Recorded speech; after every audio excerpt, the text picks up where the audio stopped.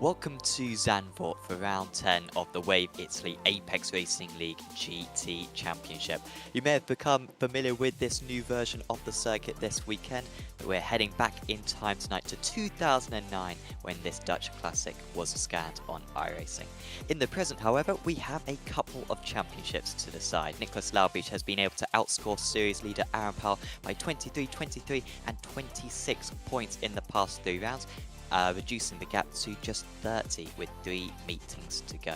Chris van der Nesse, meanwhile, heads into his home round of the championship with the amateur class lead, knowing that if he can secure a good result tonight, he may well be within title winning position heading into the penultimate round of the series.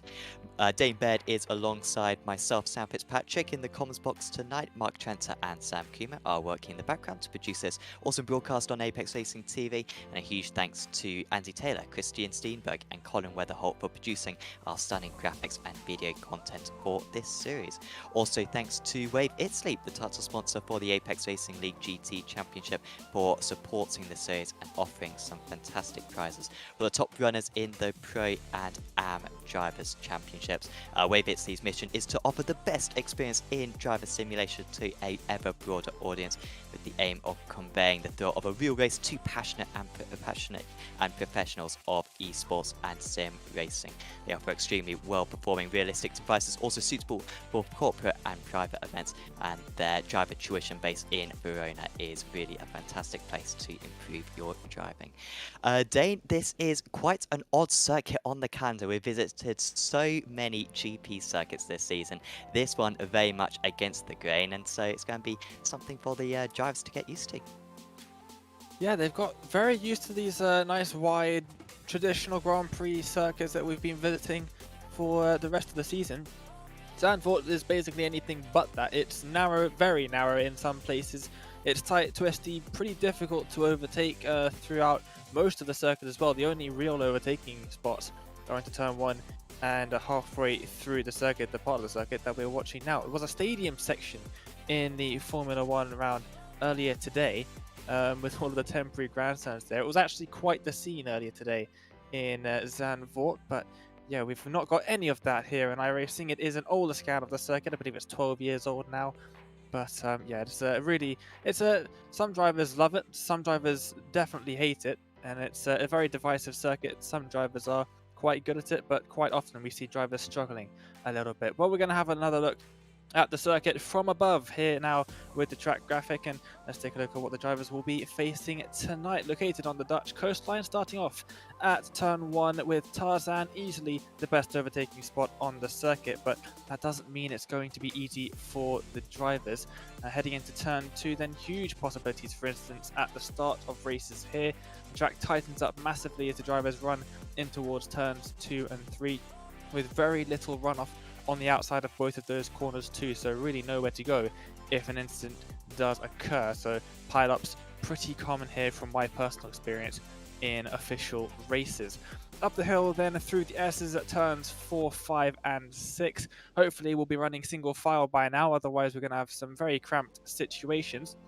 And as we go up through turn 6 and over the crest into turn 7, the track narrows up even more through this long right-hander. Quite a bit of runoff on the outside, but as iRacing physics goes, it's not really the best at slowing the car down, and you might see a couple of cars ending up in the outside barrier. We make our way into the second sector then.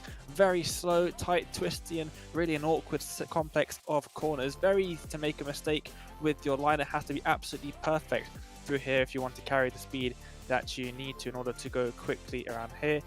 With the exit of turn 10 is extremely crucial because the second longest straight on the circuit comes straight afterwards, so a mistake could be very costly heading into the stadium section as it is currently for Formula 1, but nothing of the sort here on iRacing. No grandstands at all around this part of the circuit. It's 11 and 12 a chicane. It can serve as an overtaking spot in the first couple of laps, or if the driver in front makes a mistake coming out of turn 10 earlier in the lap. Another little short straight section here in towards the end of the lap, turns 13 and 14. Not banked as much here on iRacing as it is currently in the real world. Of course, we're running the old configuration of the circuit, but still very crucial to get right. as your speed is going to be carried all the way down into turn 1, which of course is the best place for overtaking. So Sam, a very interesting circuit, very different to what we've been seeing throughout the rest of the season so far. Yeah, and these are the various cars that will be available for the drivers tonight. I'm sure you've become very familiar with them over the 18 races, the 17 races, apologies, we've had so far this season. 2 more tonight, of course, a 25-minute race followed by a 40-minute reverse grid. Dane, I mean, I think I've got these predictions of which cars are going to be strong wrong every single round, to be honest, but by my reckoning, the Porsche should be the go-to. I would have thought, you know, decent amount of medium speed and kind of high-speed corners around this track. Not too many bumps to deal with. I mean, there are a few around this circuit and a few of the curves are a bit tricky. But yeah, maybe the Porsche could be quite strong. But the BMW, honestly, it's so wide, it takes up half the circuit around here. If we see Chris Van Der Nesse up near the front again, then he could be tricky to overtake. I was just about to mention Chris Van Der Nesse. We seem to always look at his car for most of both the sprint and the feature races, the 25-minute and the 40-minute races, in almost every single round so far. Flick to his car, usually a safe bet. You're going to have about 4 or 5 cars around him, all involved in a massive battle. He brings us fantastic racing week in and week out. But yeah, in the BMW, he's going to have a massive advantage, really. That car is just so wide that it's going to be very difficult to pass. It's already difficult to pass here at Zandvoort, but then trying to get past a BMW M8 GTE car, and that just makes things all the more complicated. But I think for once, Sam, you might just be getting your prediction right, because as we cut to the in-sim footage now, here we go, live in Zandvoort for qualifying. And looking at the tiny screens, it's 2 Porsches up in front, Nicholas Laubisch and Tom McMahon, both former champions. Yeah, got a good half of the Apex Racing League GT Championships between the two of them. McMahon with a couple, Laubisch looking to get his second this season. Very close between the two of them. Laubisch did have about 0.3 of a second over McMahon in qualifying. Apologies, in practice, but in qualifying it's a bit closer. Here is the championship, and it's very much a two-way battle, and we've known this for really since Hockenheim, really. 30 points is the gap, and I didn't put it maybe very well earlier on, but 3 meetings ago, basically, Laubisch outscored by 23 points. 2 meetings ago, it's outscored by 23 points. Last time at Daytona, he outscored by 26 points. So if he keeps that up, we're going to go into the final round of the championship with about a 5 points, or 2 rounds of the championship with about a 5-point difference. So Power, who has been driving extremely well over the last 3 rounds, still the second highest point scorer across those 3 rounds, is being caught by Nicholas Laubisch, who is raking in the race wins at the moment. So really close between those two. Still close between Crouch, Lee, McHutchinson, and of course several others as well. In the amateurs, Chris Van Der Nesse looking very strong, and his drop score is very good compared to Darragh Adjinson. So Chris can kind of afford one bad meeting to the end of the season, and he might just get away with it. Adjinson still there, and also Prescott trying to put some pressure on him as well. So both championships are live, but particularly the overall championship is hotly contested as the drivers are already lining up on the grid. We'll have a full formation lap around this circuit, and it was Nicholas Laubisch. He was able to take the pole position in the end, ahead of Tom McMahon, so another pole position for the Urano eSports driver. McMahon in second place. Then it's Danny Lee with a good qualifying. Lee's been struggling qualifying this season, but better work from him there for Pineapple Grips. Then it's James Crouch there in 4th place. Good qualifying for Emil Rinbo there, up in 5th. Matt Chambers starts in 6th. Then it's Aaron Powell, 1 second off pole position. Now, he does usually improve come the race, but as Dane was saying earlier on, going to be tricky to overtake around this circuit, so he's left himself some work to do there. Chris Prescott is top of the amateur drivers in qualifying. Real good work for him there.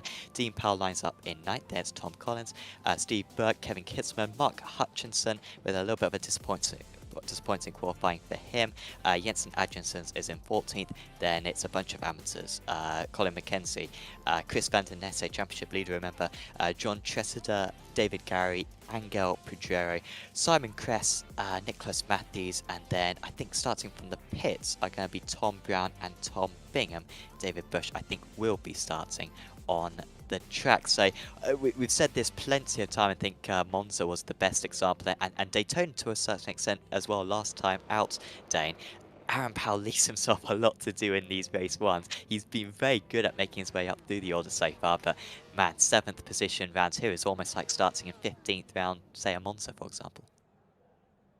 Yeah, it's a very, very tricky circuit to overtake. I do believe Tom Bingham doesn't have a penalty, pit lane start penalty, so I think he just didn't manage to set a lap time, which is not really much surprise really. Quite a few of the drivers having some issues. I saw a couple of drivers having major issues whilst we were watching qualifying. A couple of drivers off into the barriers during their laps, and watching the drivers now make their way off the start-finish line, and they'll get a full parade lap. Nice, a lot of time for them to warm up their tyres and brakes and all of that good stuff. They'll definitely need to do that because come lap 1, they're either going to be left behind if they don't do all of that stuff now.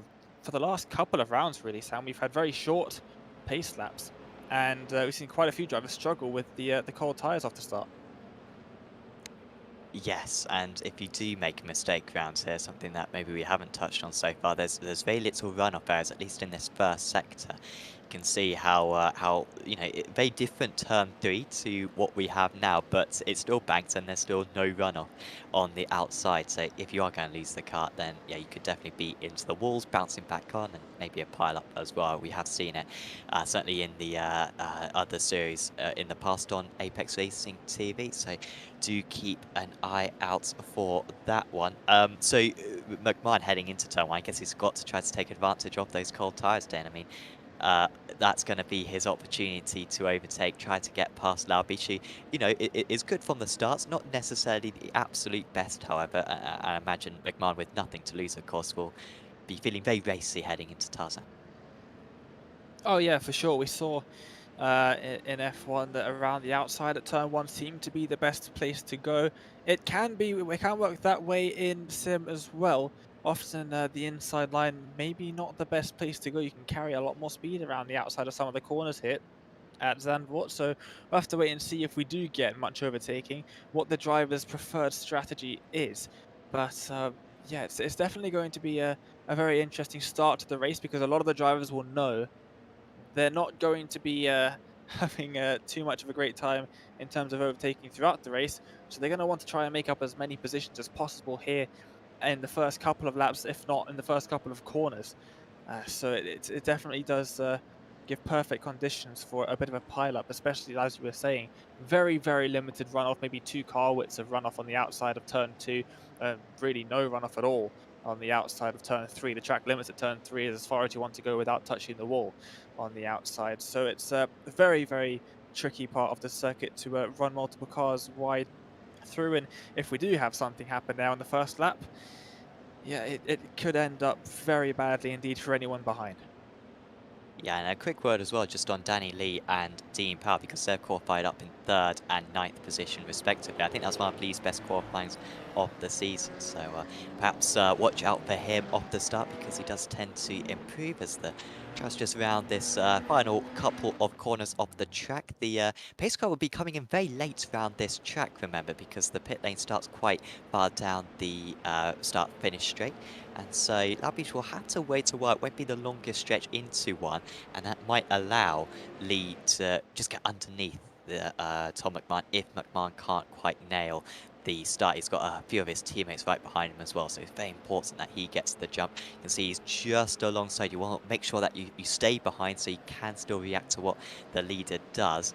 And Lau Beach taking control of the field on an evening where he could take the lead of the championship for the first time this season. The Ford Mustang pace car is in. The green flag is waving, and it's a poor start for Nicholas Laubich there. He waited until after the green flag went, and it seems like McMahon is going to be into the lead, heading into turn 1. Look at Lee trying to get down the inside as well, heading into the first corner of the lap, but just about McMahon round the outside, and he's taking a crucial lead straight away. Good start for Chambers to move up place. Good start for Crouch, so really good start for the Evo SR cars, apart from John Chester, who was spun in the background. Now, side by side, heading through 2 into 3. They are being very well behaved at the moment, but that's just the start that Evo SR needed. Yeah, and it looks like a couple more drivers being involved in an incident at the back as well. Definitely not what some of these drivers would have wanted off the start. Collins in 12th. A couple of the Team Lizard Motorsport cars, they did a fantastic job in Daytona, getting a 1, 2, 3 in the AM class. They currently hold those same positions here at the start of the race at Zandvoort as well. But crucially, Tom McMahon up into the lead of the race, and we'll see if he can hold off Laubish behind. We've seen these two have some good old scraps over the last couple of rounds since McMahon rejoined the championship. And we'll see what these two can do here at Zandvoort today. We've got a replay of the start now. Yeah, that was contact and, big contact with the BMW coming in just behind. Was that Gary? Perhaps who made the final contact there, as we see McMahon under huge pressure from Nicholas Elbish. I mean, he's got probably the thing that he had to do in order to have a chance in this race. Now he's got to try to defend for the remaining minutes. McMahon gonna have to go to the inside line here. Laubish the long way round. And Laubish is going to try to make it all the way around.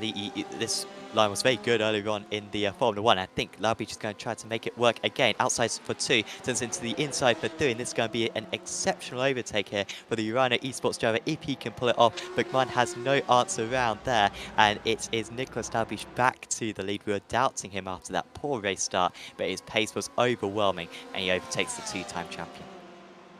Yeah, that poor race start might just be a little bit of a lack of experience around this circuit in particular in terms of race starts, because that green flag came out maybe a second or two after the pace car pulled in. Usually there's a nice 5 to 10 second delay between those two occurrences, but yeah, that was an extremely quick green from Barney the Flagman.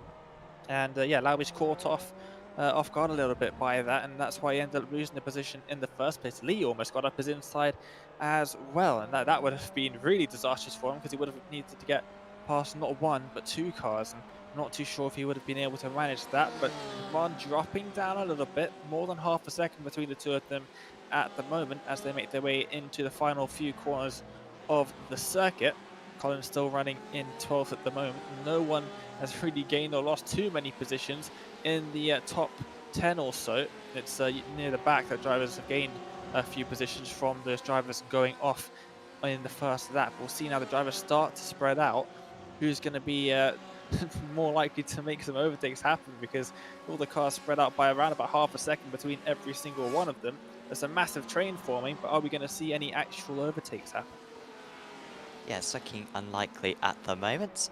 So after the first couple of laps of the race, Laubish at the head of it, and he's got a 7/10 of a second lead over McMahon. Seemingly pull away. You can see that gap is just edging up every single corner. Maybe, you know, half a tenth here, half a tenth there, and he does seem to have the manage of his opponents. Crouchy, of course, got ahead of Lee, and there was a real slow up on the inside heading into Tarzan on lap 1. And Lee just getting caught up by that one, trying to even go for the lead, but he ended up in 4th position. Chambers there in 5th, and Powell in 6th. Top of the amateurs is Prescott still, ahead of Burke, who is always much better in the race than qualifying. He's up 1 place from his race start. Is Burke. He's trying to get up another place, trying to get past Dean Powell right there. McCutchinson then just splitting Burke and Collins. 3rd position out of the amateur drivers. So 1, 2, 3 at the moment for Team Lizard. Excellent work from them. We know that they're a very strong team, but doing particularly well tonight. And Burke trying to progress up 1 more place, and he's really been nipping at the heels of Dean Powell since turn 1, lap 1. Yep, right on the back of him. This could be where we see the move being made, because it's only 1.5 tenths of a second as he came across the line now. And look how close he's already defending the inside is Dean Powell, and around the outside goes Steve Burke. Will he be able to do what Laubish did on McMahon a few laps ago? He gets pushed all the way to the outside and does have to concede that one, but he is still very close, and you can almost guarantee that he'll be back to try again next time round. Yeah, and you identified that one as the overtaking spot on this track, as I'm seeing it's an Adjinson's. Or was that Darrett Adjinson's, in fact? I think just dropping down the order, so hopefully Darrett is alright, but I think maybe having connection issues at the moment. Burke, around this part of the circuit, though, it is possible, at least in these GT cars, to get past, because this is where it really widens.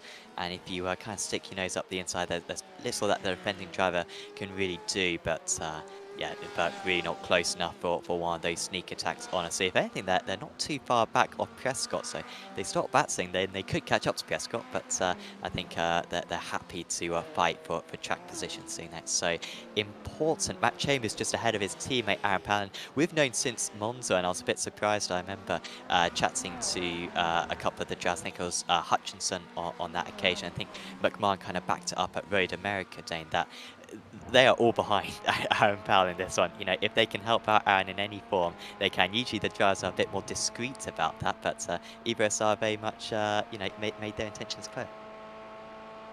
Oh yeah, and it makes perfect sense. Even if they weren't so clear about it, then I don't think it would be a surprise to anybody in the series that they're going to try and help their teammate out as much as possible.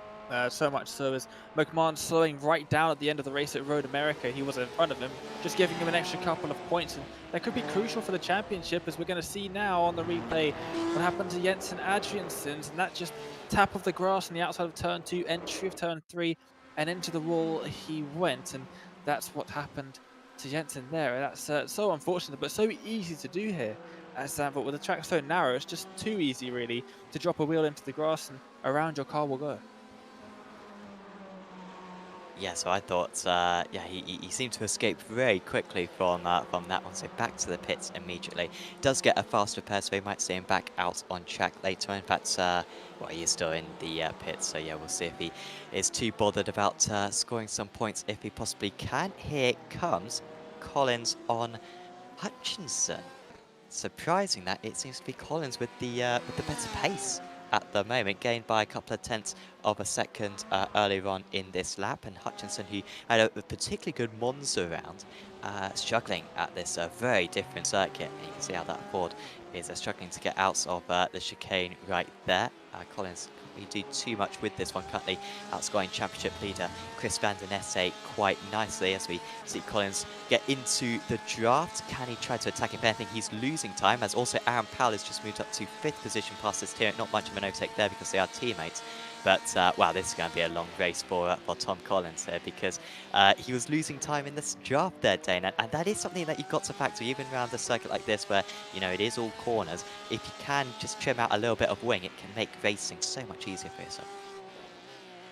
Yeah, we were talking after the Daytona round to Danny Lee, who is currently in 4th, by the way, for Pineapple Grips.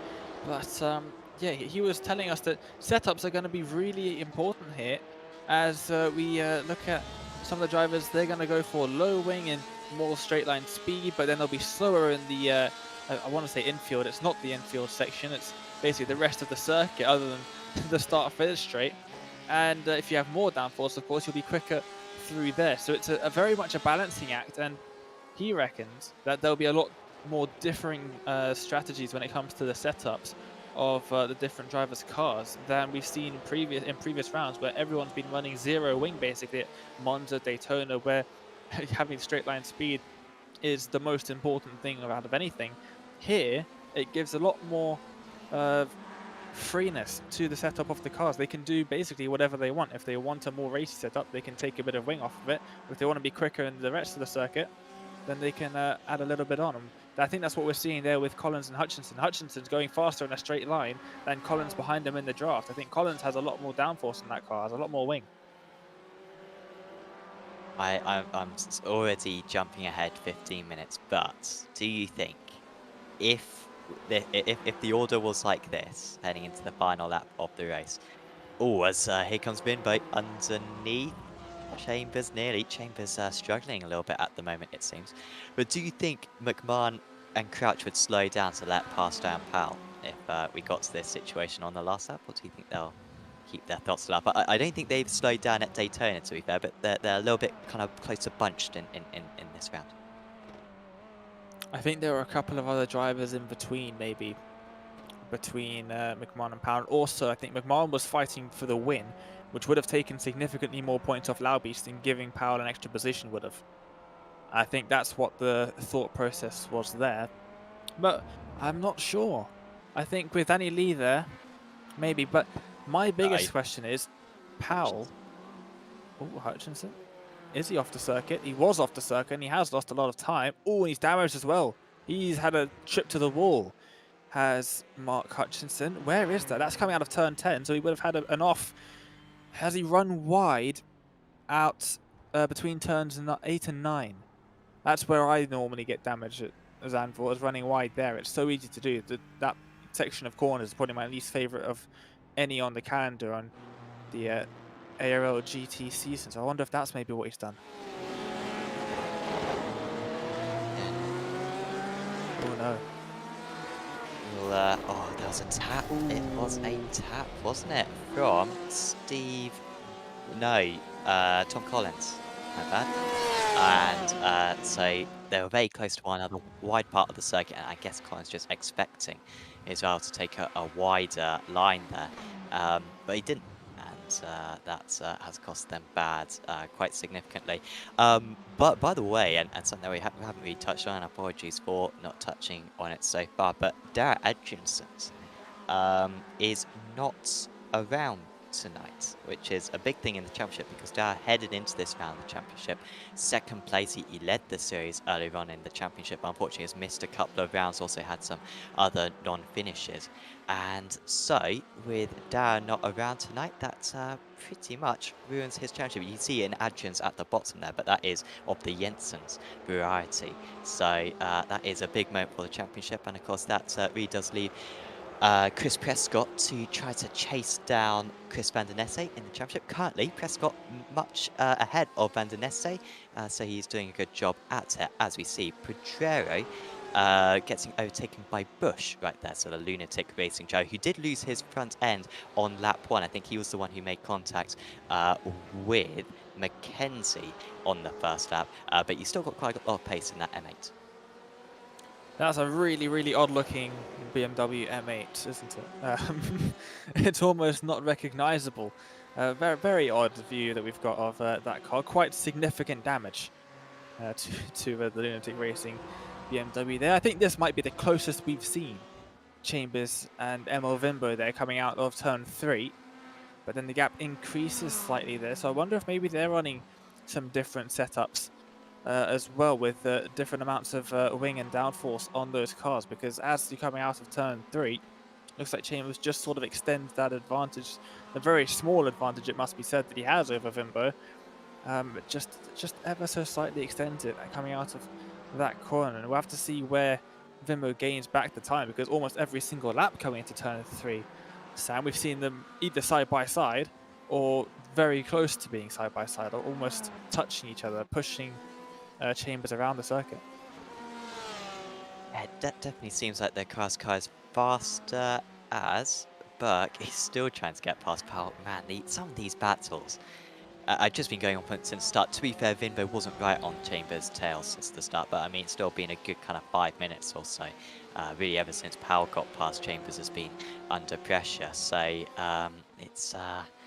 it's proving to be tricky to overtake. We knew that was going to be the case, and come the reverse grid that we got later on, reverse grid of 16 for race 2 should make it even more interesting. Now look at the inside line there. It wasn't quite possible for Burke, but he knows that's really his only chance, because otherwise Powell knows well by now, just get it stopped for turn 1. I mean, yes, we saw Laubich go around the outside of McMahon earlier on, but no one's really been able to do that ever since. And even when he runs a little bit wide like that, you can kind of just square off the corner, get a good exit, and over the hill. It's just too narrow to go for a move into the fast downhill right-hander. So yeah, tricky stuff at the moment for the drivers who are kind of stuck a bit. And here's another one, because Danny Lee is right on the tail of James Crouch. Out-qualified Crouch, remember, and I think probably a bit faster considering that they're 6 seconds off the lead, but he's another one who cannot find a way past.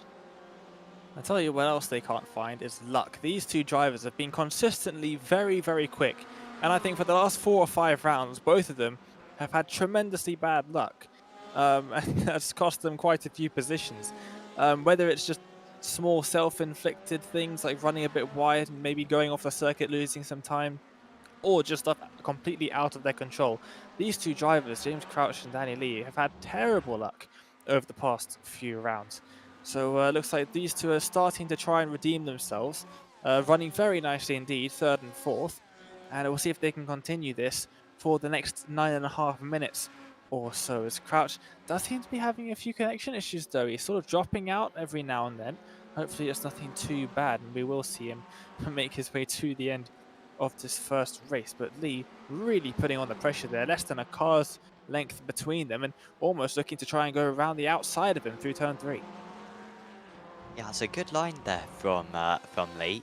Just doing something a little bit alternative, and then tries to get the good run. And this is where you're super close.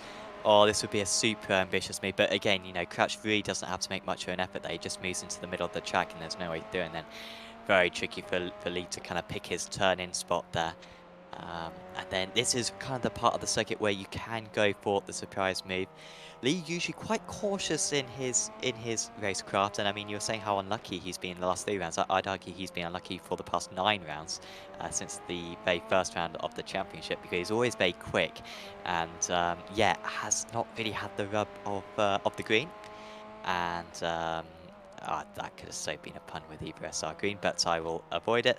And, well, he is all over the back. Different speeds carried through the chicane. Drops off a bit on the exit, but of course this is the part of the circuit where he can start to gain, but it's not a very good exit here for Lee. He's still got 8 more minutes to go, but look at Powell really catch up to these guys. Powell gaining, I think, about 0.3 of a second on these drivers on this app. You'll see the times pop up on the timing board, and Powell, yeah, wow, that's a huge gap. That's 7/10 faster that last time round. So Powell really in this battle of 3. And of course, if he can get past Lee, that will make it that much easier for McMahon and Crouch to slow to let him pass. But so this is really important for Powell to make this move.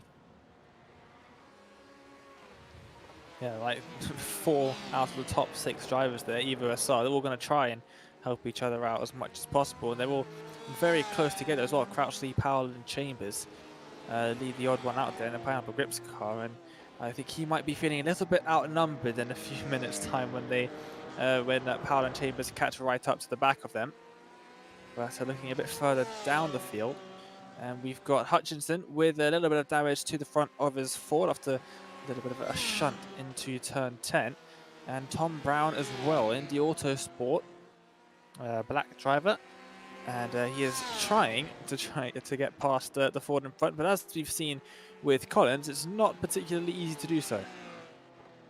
And just behind there, I think Van der Nesse's just gone a bit wide. I saw him kind of pick up what was it? That was going to be a move as Hutchinson. I think Hutchinson just defending that one there still alongside. Hutchinson with the inside heading into this next part of the track. Now the outside line can be very good around there because it turns into the inside. And yeah, perfectly executing that one is Brown. That is a lovely overtake. Good respect there from Hutchinson as well. And so Brown up to 12th place, and that last lap he was close to a second faster, so we really expect him to just sprint off into the distance. We did cut momentarily to Van der Nesse because I think Van der Nesse ran a little bit wide earlier on this lap, and that's why he's under pressure from Bush now. So Van der Nesse really not driving particularly well in this race 1. You know, I mean, it's 24 seconds off the amateur race lead, and this is the championship lead in the amateur class. But, as always, Dane, he's going to be right at the front in race 2 because he's going to start on 3rd position in race 2. So, you know, you can have a slightly weaker race 1, but it can come back to you later in the meeting. I'm really surprised at Bush having a not terrible pace with the state of that car that he's got underneath him. The fun of it completely gone. So I'm actually very surprised that he's able to keep up with the drivers in front. Hutchinson is off the circuit, has been off the circuit for a long time now, and is losing a ton of time. There he is, off the side of the circuit. What's happened there? To Mark Hutchinson in the Ford. He's got going again, but has he maybe had another excursion off the circuit? It looks like he has, because there's some damage to the back of the car now as well that I didn't see before. So has another incident happened involving Mark Hutchinson? What's happened here? This was heading into a sheave no. right here and puts a wheel onto the grass and corner entry, and really lost any grip that he had, and then takes a while to get back going.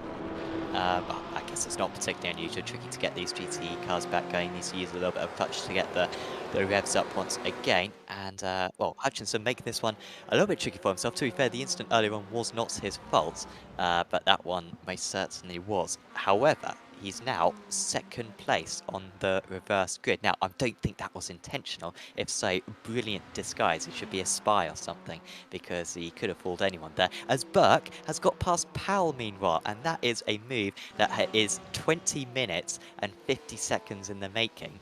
And finally, Burke is up to 9th place. Yep, and Powell dropping back to 10th in his Pineapple Grips Corvette. One of my favourite liveries on the entire grid, really. Himself and Danny Lee, whoever made those liveries, did a fantastic job. And very different as well. They've got the green for Powell and the blue for Lee, which always makes our job a little bit easier, Sam. So very nice liveries on those cars. But yeah, dropping back a little bit. And someone definitely not dropping back. That man right there, Nicholas Abbey, she's got a 3.7 second gap over Tom McMahon with 3.5 minutes left to go in this first race, and it looks like he is definitely going to be the man starting in 16th when we come to race 2. Yeah, and yeah, it'll be yeah.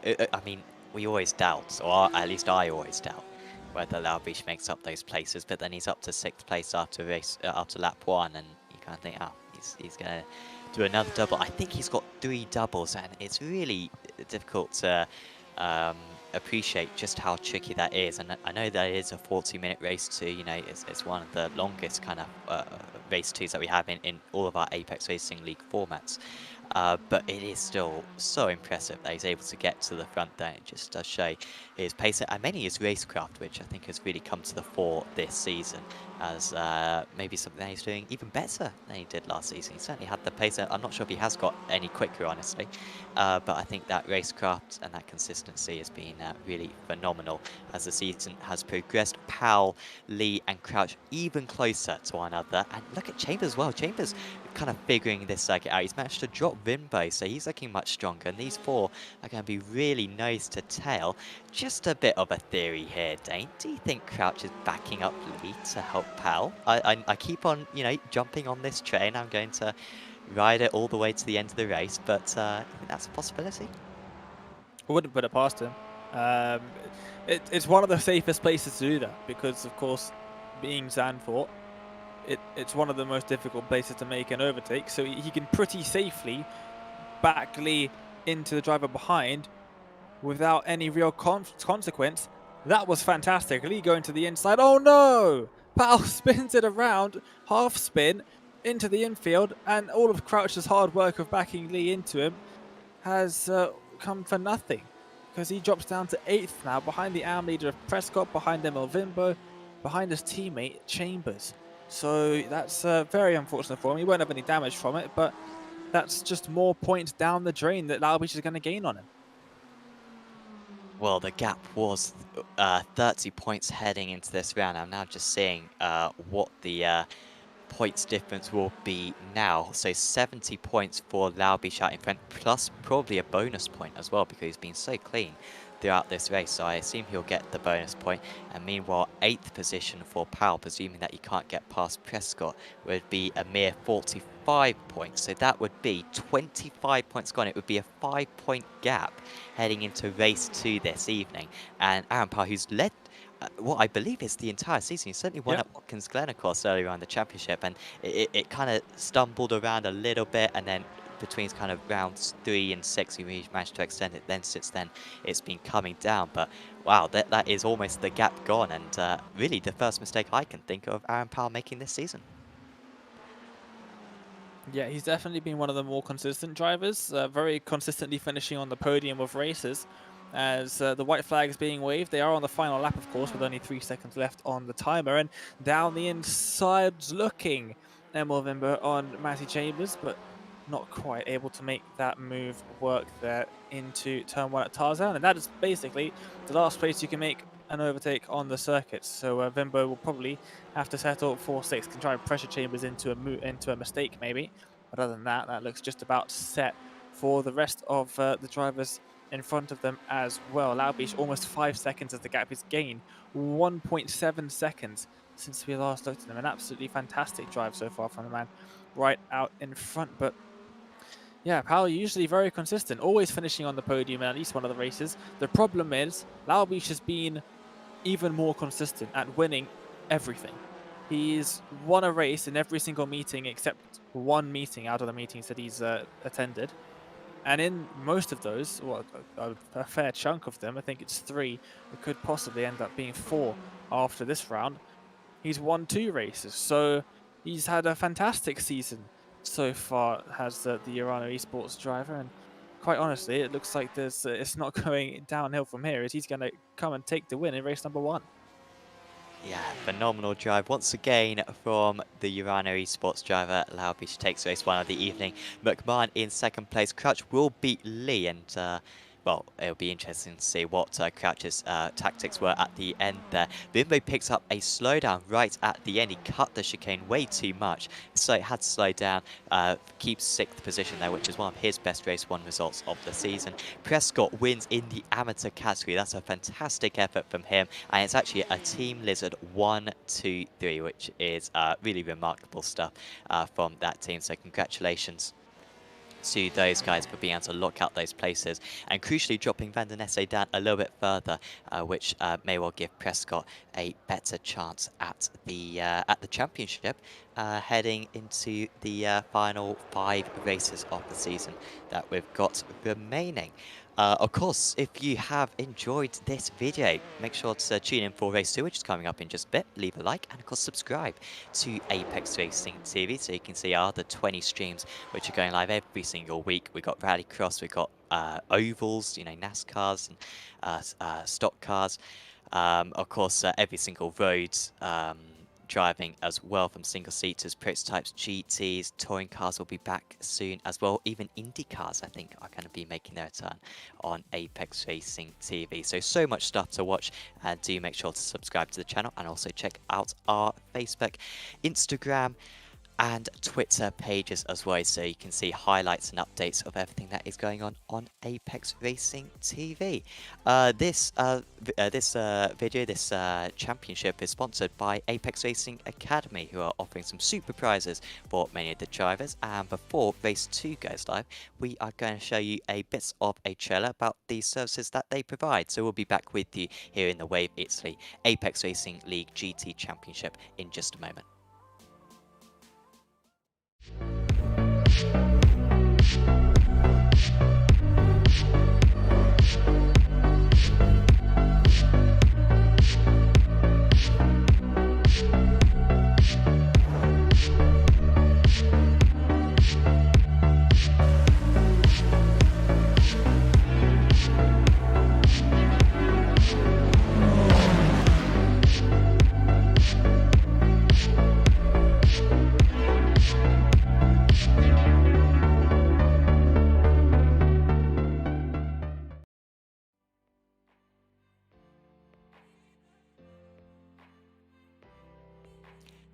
Welcome back to the Wave Italy Apex Racing League GT Championship, live on Apex Racing TV.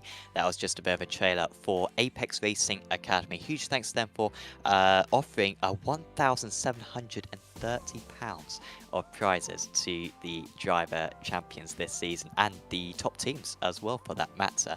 Yeah, a range of year-long subscription, also 3-month subscriptions, and 1-month subscriptions as well to the top drivers and teams. And yeah, that's a pretty cool prize, because Apex Racing Academy are offering 29 data packs for a variety of cars on the road racing side, and also for rallycross as well.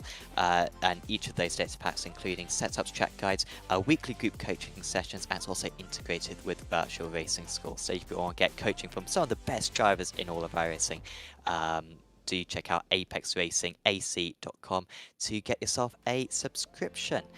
We've got another 2.5 minutes of warm-up remaining, and I will ask the question that I think has become customary. I'm not sure if you kept it up last time out, Dane, but it's become a routine to ask the co-commentator who's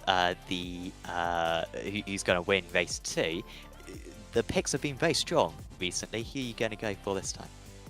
I think last time out it was Andy who picked Tom McMahon to take the win. I believe. I could be very wrong in saying that, and he led most of the race as well. But then right near the end, Nicholas Laubich came and beat him by half a tenth of a second. So that was very unfortunate. No one expected Laubich to do that well, starting in 21st in that race. He'll be starting 16th today at Zandvoort. I don't give him a chance, honestly. With how much people were struggling in race number 1, I really do not see him coming to take the win unless something drastic happens at the front of the field in the first couple of laps with drivers making mistakes. Who's going to take the win in race number 2? That is a fantastic question. Just looking at the drivers 16th and up, they're going to be starting the race from the front. Chris van der Nesse didn't really have too much pace, it seemed.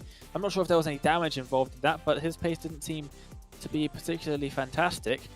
Hutchinson wasn't going very quickly in that race either, even before the damage that he ended up sustaining. I'm not sure, to be honest. Let's see. I think if it's going to be anyone, I'd have to give it to one of the AM drivers, maybe one of the Team Lizard cars. Tom Collins, he looked pretty quick. Steve Burke, Chris Prescott, one of those maybe, to take the overall win. I don't think we've seen an amateur car take the win so far in the series. That would be a nice change. Yeah, I think Becker won last season at Spa, but I think, this season, don't think we're seeing an amateur win. And I think when Becker won, that was the first time an amateur driver had achieved that. So it would be a huge deal if he was able to clinch that one, or any of the Team Lizard cars were able to clinch that one. I would love it. I mean, we are neutral in the commentary box. We want to see a good race. But if Van der Nesse could get to the lead here and then just hold them off for 40 minutes, just covering every acre of this circuit, it would be amazing to see. So maybe that one might be possible. But yeah, it really is an open one. If Laubich is going to win, it's going to be tricky for him. A quick shout out, by the way, to Wave Italy for sponsoring the series, of course, being the title sponsor for this Apex Racing League GT Championship. Wave Italy providing some of the most comprehensive driver simulator coaching in the world, along with designing their own wheels and pedals to recreate the real-life driving experience. By visiting waveitaly.com, you can have a look at their fantastic driver training base in Verona, and also gain into some insight into the process of designing their peripherals. Wave Italy are providing this season's Pro Driver Champion with a choice of the Wave Impetus Imola or Wave Impetus Monza sim pedals in a colour of their choice. Whilst in the Amateur Championship, getting a half day of coaching at the Wave Italy Professional Training Centre in Verona. And you viewers can get a 5% discount on Wave Italy products by visiting waveitaly.com and using the code APEXRACING5, that's with a capital A, at checkout. So the grid is forming up at the moment for this race 2 of the evening, and it is Pedrero on pole position. Haven't really spoken about him too much, to be fair, in our predictions, but he's in the place to be. Let's see if he can hold off Mark Hutchinson down into turn 1. David Bush lines up in 3rd position. Then it's Chris van der Nesse, who will be a tricky car to pass. Then it's Tom Brown, I think probably my pick for the race win, honestly, because Brown not having the best evening ever, but has won race 2s in the past. Then it's Tom Collins, Dean Powell, Steve Burke, Aaron Powell, championship leader, remember, Chris Prescott, Emil Binbay, and Matt Chambers rounding out the top 12. Behind that, it is Danny Lee, James Crouch, Tom McMahon, and race 1 winner Nicholas Laubich. Then the drivers who were not reversed: Simon Crest just missing out for Solus Esports, John Chester, David Gowrie, Colin McKenzie, Nicholas Matthews, Jensen Adjensens, Kevin Kitzman, and Tom Bingham. Hopefully we see all those drivers take to the grid, but I think, unfortunately, Jensens and Tom are not going to make it, so they have decided enough is enough, and they'll be back for the penultimate round of the championship next time out instead.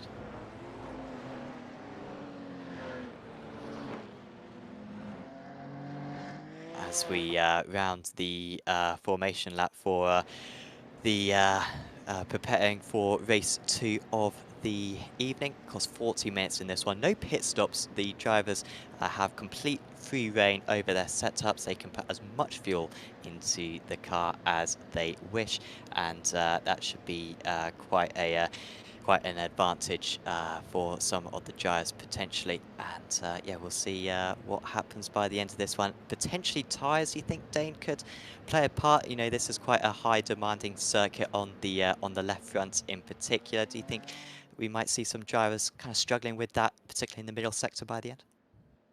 Yeah, by the end of the race, I think we'll be going to see quite a few drivers start to make little mistakes, maybe some big mistakes. It is definitely a circuit that chews up those tyres, and heading towards the end of a 40-minute race, it's definitely going to have somewhat of an effect on the drivers, especially those drivers starting in the back of the midfield, that have had their positions reversed. Yeah, they're going to be using maybe a little bit more of their tyres to make their way up through the field as well. So it's going to be interesting to see that tyre wear, how it affects the race. But what I'm really looking for is the start of the race. Is Peugeot going to get caught out by the green flag like we saw Laubish do? So that's going to be crucial for this race, is who can get out in front out of turn 1. As we saw, Laubish managed to get past McMahon at the start of race 1, or after the start of race 1 where he lost it. He was able to get past. I'm not too sure if these drivers at the front of the grid now are going to have quite the same ease to getting past one another, so we'll have to wait and see. It's definitely going to be an interesting start to the race. Yeah, really important. And last time out, it was the outside line, which was really advantageous. I think everyone kind of went to the inside. In fact, the top three were all kind of making their intentions clear on the inside, trying to kind of get that line. And actually, the outside really opened up. So maybe watch out for that. It might actually be the driver starting in the even positions who could have an advantage. But of course, as you say, Dane, it's all about that jump to see who can get the best launch. Now, Peugeot is leaving a bit of a gap here, and I think that's very wise. You want to be able to really dictate when the green flag comes out by yourself. And by leaving a gap, that gives a little bit more of a gap, and you have a bit more of a range for when to put your foot down. So is Angel Peugeot at the front of the field. The pace car will be in, and almost straight after that, Peugeot will be on the throttle for race 2 of the evening. There he goes, and that is a much better launch than what we saw. But he's actually slowed down all of a sudden, getting on the brakes, maybe feeling like he couldn't go on that moment, and he loses it all again. So Hutchinson leads the way. Van der Nesse up to second position, and that's the perfect start for the Ford GT driver. 3 wide with Powell trying to make some progress there, but he gets onto the curb and really does bog down coming out of that corner. I think it looks like Peugeot is dropping further down. We've got a car into the wall. That's Powell. That is Aaron Powell, who is going to lose the championship lead, it looks like, tonight, because he's already dropped behind Laubish with damage as well, and he may have to return to the pit. So dreadful news there for the championship leader. Oh, and more contact. Oh, and that's not good at all. Oh, they're all in the middle of the circuit, over the crest as well. This is huge. Loads and loads of drivers getting taken out. Almost the entire EVA SR team being taken out at the start of this race, and Aaron Powell involved yet again, and that is terrible for his championship hopes. Laubish was also involved in that, however, it must be said, so we'll have to wait and see what the damage is for each of those. Powell down 10 positions from the start of this race. It's gone terribly for him. And here we see the Team Lizard cars swapping over. There's Burke up 3 places now ahead of his teammate Collins. These are the couple of drivers that I had my money on for the win. Hutchinson ahead of Van der Nesse. But now that Laubish and Powell both have damage, possibly both far down the field with some gap between the two of them, and drivers ahead. Hutchinson into the pit. Oh, and he smashed the pit entry wall as well. I think I know what's gone on here.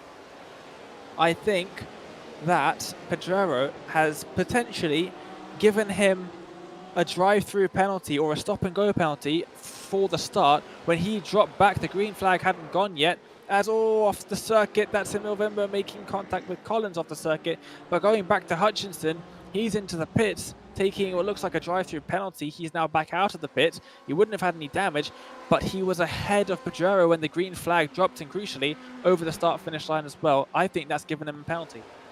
Well, you gotta feel bad for Hutchinson there because yeah, he hasn't done anything wrong. And I mean, maybe you might know something that I don't here, Dane. But Pajuro's start was fine initially, but well, the rest of it wasn't fine as Brown has just taken the lead. But we're gonna get a replay of what's happened earlier on. So this is on board with McMahon. So McMahon's incident was a bit further around, but I think it's a pretty good view of what happens to Powell a little bit further up, and you'll see a few of these guys kind of escape straight past here. And yeah, just trying to navigate your way through really is almost claustrophobic there, Dane. Yeah, you can just see Powell in the background as well. Oh, McMahon with a bit of a half spin there. Very well caught, but now he's side by side. There's Laubish. Now, what happens up in front is a bit further up. You see the drivers 3 wide, bang into the wall, nowhere for anyone to go. And McMahon is the one who collects Laubish, then gets thrown off. I think that's Aaron Powell that's just gone past him as well. And it all just kicked off from drivers. You know when I said in the track guide, I hope we're single file by this point. They were 3 wide, and that's what's just happened there. They've all bounced off the walls, absolutely nowhere to go there. The track is so narrow, wall to wall, around most of the circuit. And yeah, that's just very unfortunate for them as we cut back to live pictures now, riding on board with Emil Vimbo for Kairos competition, currently running up in 5th. And he's got Bush in front, who's lost a position since the start. He's the only person to have lost a position in the start, all the way back down to Collins, who's lost 11 places. He was involved in that lap 1 incident. And Bush lost that position, I think, down at Tarzan on this lap. So good move from Burke as now he's down 2 places. So Vinbo really making this one good for him. I did see Brown momentarily get up to the lead whilst we were watching that race start replay. But then Van der Nesse was able to get ahead, but now he is not. And Van der Nesse gets back onto the circuit. He's made it a bit tight for some of the other drivers. And there goes Dean Powell there spinning round. And just as Van der Nesse was rejoining kind of the racing line, he was always on the track, but rejoining the racing line, Powell over-rotating, and that is terrible for him there because there was a chance that maybe even a podium, I'll see, for Dean, who seems to have good pace at this round of the championship. So it's Brown leading the way, Burke into 2nd position, having another awesome round as he did at Daytona, and Van der Nesse is dropping further back, and this is important for the amateur championship, remember, and he's into the wall, and he's going to have to try to get back to the pits potentially if that damage is too bad, and he is going to do that. So Chris Van der Nesse, from what could have been an overall podium, maybe an overall win, it's quickly not going to be a top 10, I think.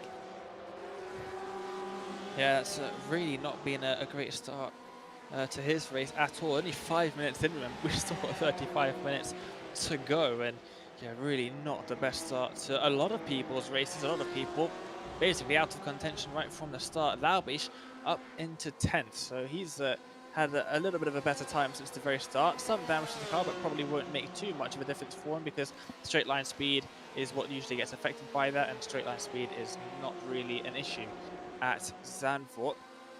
Looking at Vimbo up in 3rd, he is fantastic at the moment, up 8 places since the start, only 5.5 minutes into the race, and right on the back of Brown and Burke as well, so it could potentially be on for a 2nd race win of the season for him if he can keep back some of the maybe faster drivers that are trying to work their way up through the field. I'm thinking Lee, Crouch, you've got Laubish further back down in 10th, of course, but those guys potentially trying to make their way up through the field. There goes Laubish up into 9th. So whilst I still don't think he has much of a shot at the race win, Laubish, he could potentially make up a lot of points on Powell, who's still stuck down in 20th.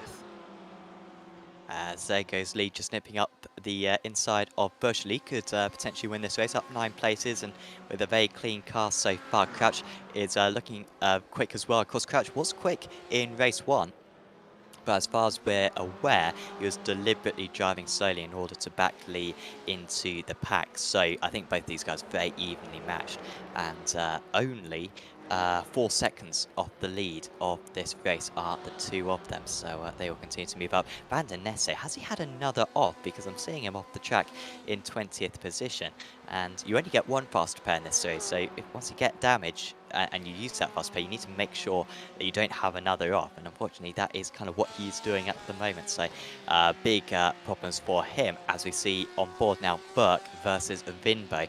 Bjorn pulling away slightly out in the lead, but Vinbo was faster than the race leader that last time round, And of course, he wants to catch up to Brown, but he also needs to keep behind Lee and Crouch, who are coming in the background. And this batsman will not be helping the Swedish driver at the moment. Now, this is another opportunity for him to go for the move. Big braking area. And here he goes up the inside, past Steve Brown. He's cut the course there. I think that's going to be a slowdown, similar to what he got in race 1. It doesn't look like he's too keen on slowing down. So it looks like he probably hasn't got slowed down, although to be fair, Emil Wimber doesn't have the best track record of serving slowdowns on time. Definitely still not salty about that. I'm not salty about that one at all. But yeah, he does seem to have not got a slowdown there. He's not slowed down at all heading into the next lap of the race. 8 minutes in now. And there goes Laubeat up the inside of Prescott. That's going to be one of the easier moves he makes all day, getting it done before the braking zone of Tarzan into turn 1. So up at the 7th for him. Up 9 places from where he started, despite being involved in that lap 1 incident. Yeah, I really thought that he was going to need to take a faster pair, and if it ended like this, he would take the lead of the championship for the first time. And how reminiscent is this of last season, where I think last season he was possibly even further back, but he had to catch probably, I think it was 3 different drivers. He had Newman, Lee, and I think I might be forgetting another driver there actually, but there was kind of 4 of them, really strong drivers, and he managed to catch up points to them. This catchback has arguably been even better because, you know, whilst there's only 1 man to catch up, Powell has been so faultless for the entire season, really until this round, honestly, that he's had to put in near perfect races in order to catch up. But yeah, if it ended like this, I believe he would take the lead. The only consolation, I think, is that I believe this would be Powell's drop score. So his current drop score, the score that he's currently dropping, is very good. And this would be by far his first round of the championship. So he wants to gain places, but it's unlikely that this round will count towards his overall season total, as Lee is trying to get past Birkenberg very kindly just letting him go there. So we've got a very competitive top 5 now. Heck, top 7 for that matter. You could all win the race from here. Yeah, that was one of the things that Powell really had going for him in the championship, is that his drop score was so incredibly high for being so consistent throughout the season. Maybe not finishing right on top every week, but finishing on the podium every single round. It gave him a drop score, the highest drop score out of anyone in the series. I think it was 106 or 103, one of the two. It's probably going to be significantly less after this round, but that's a massive advantage for him because, as we know, Laubeat's drop score is 0 because he missed one of the rounds. And yeah, that's a massive advantage towards Powell. If Laubeat has a bad round, that bad round is on his record. If Powell has a bad round, well, he gets a second chance essentially. So it's a real advantage of Powell to have that drop score, but looks like he might lose that advantage out of this round. And then into the final couple of rounds is definitely going to be pressure on for him as we watch some side-by-side action here. Dean Powell defending from Cress, who is just behind him, I believe. And yes, some much better racing here at Zandvoort than I was expecting, to be honest. Yeah, apart from that big crash we had earlier on at the hill at Shivlak earlier on, it's been pretty good. And even the turn 3 issues, just kind of like gone into the wall and then fortunately not bounced back onto track thanks to the tyre barriers absorbing some of the impact. Kittelman very much under the radar. He had a dreadful race 1. He retired on lap 1, I believe, but he's already up to 8th place. He's gained more places than anyone else, up 15 so far, and with one of the cleanest cars as well out on track. So Kittelman, he wasn't too slow in qualifying as far as I'm aware. I think literally just so under the radar tonight. I think the first time we've already seen him. But yeah, 8th place is very strong for him, and he's past Prescott now. Who, yeah, of course, still looking for those amateur points. And, you know, whilst we focus mainly on the overall championship, do remember the amateur championship, Prescott taking on Van der Nesse in that one, and crucially Prescott getting some good points. Mackenzie, I think, is off the circuit, and that is where all that smoke is coming from. It's not flares that we got used to earlier on, and there is Mackenzie on the inside of the circuit, just about away from the firing line, but he has spun by himself, I think. A bit of a code brown for McMahon, I would reckon. Swooping down to the inside of the corner there, all of a sudden, bang, there's a car on the apex. And yeah, that might not have been the best sight for McMahon, trying to get past Matthews. Really struggling. He's been going at him almost every single corner now this lap. Really struggling to get past, weaving all over the places. Matthews now into the braking zone. He will send it down the inside. Will he get it stopped in time? Of course he will, because that's how he became a two-time champion of the series. Not by being slow and scared to make some bold sends down the inside. So there goes McMahon past Matthews, and now he's got a nice 6 or 7 second gap to the next driver in front. So a bit of work he has to do now to try and catch up to the next car for him, as Collins is getting past Van der Nesse. Yeah, this is it's getting worse for Van der Nesse. Home rounds, and generally I'd say on iRacing, I feel like drivers tend to drive bets on their home rounds. I'm not quite sure, but I think maybe, you know, that they probably prefer a circuit that is from their home nation. Not happening for Van der Nesse at the moment. That could be a little bit down to the BMW. Might have just not been able to do as much practice. He's trying to come back here, but that was an overtake there from Collins. He was faster on that last lap by 0.8 of a second. And I think from here on in, he should be able to start pulling away. So Van der Nesse really struggling. And that's about a 60-point lead he had heading into this round. Going to be cut down considerably heading into the final 2 rounds of the championship. At the front, meanwhile, 1.5 seconds separates the top 2, and then you got another second back to Lee. That last lap, they were all within about 1.5 tenths of one another. This time, you can see the times popping up on the timing tower, and Brown, after looking a bit vulnerable earlier on, he's popping in some good times. That time, to be fair, it was Vinbo who was faster, so that was a good lap for the Swedish driver. But, well, this is really evenly matched between the top 3.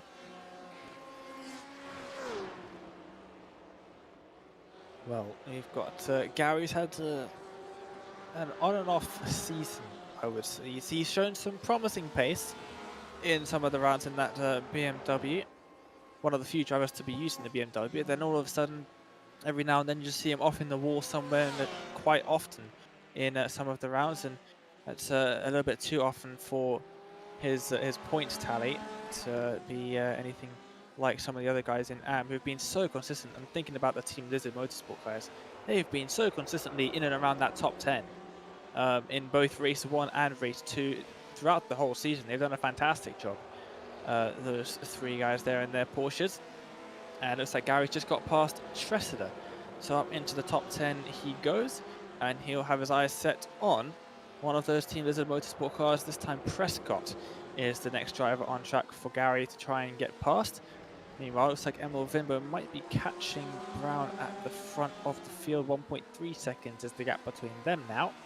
And this is the battle between Crouch and Laubisch for 5th and 6th, or the battle between Crouch and Burke for 4th and 5th, depending on what you think is about to happen next. But Sam, I think Laubisch attacking Crouch is probably the more likely of the two. Yeah, I don't know what's been going on with Crouch, to be fair, because he can't seem to get past Burke. That's wide there for Crouch. Oh, I think he'll be kicking himself a lane. That one goes so easy, but it's actually got a much better exit. Laubisch is very strong. Oh, netcode contact between the two of them, and hard into the wall goes the Corvette. Laubisch really was as on the inside as he possibly could. I don't think there was going to be contact between the two of them, but you could see a decent gap between those two cars, despite both of them having decent pings. And, well, that's an easy position there for Laubisch, and good news for Burke as well. Yep, and very unfortunate stuff there, and they're not really doing his teammate many favours. Crouch with running wide at turn 1, then losing the position to Laubisch, which just means more points that Powell's going to lose. But yeah, very unfortunate stuff. Quite a large amount of netcode contact in that one. And it didn't take long for Laubisch to catch up to Burke, did it? Look how close he is already. And yeah, only 0.2 of a second now. Not going to send it up the inside into the chicane.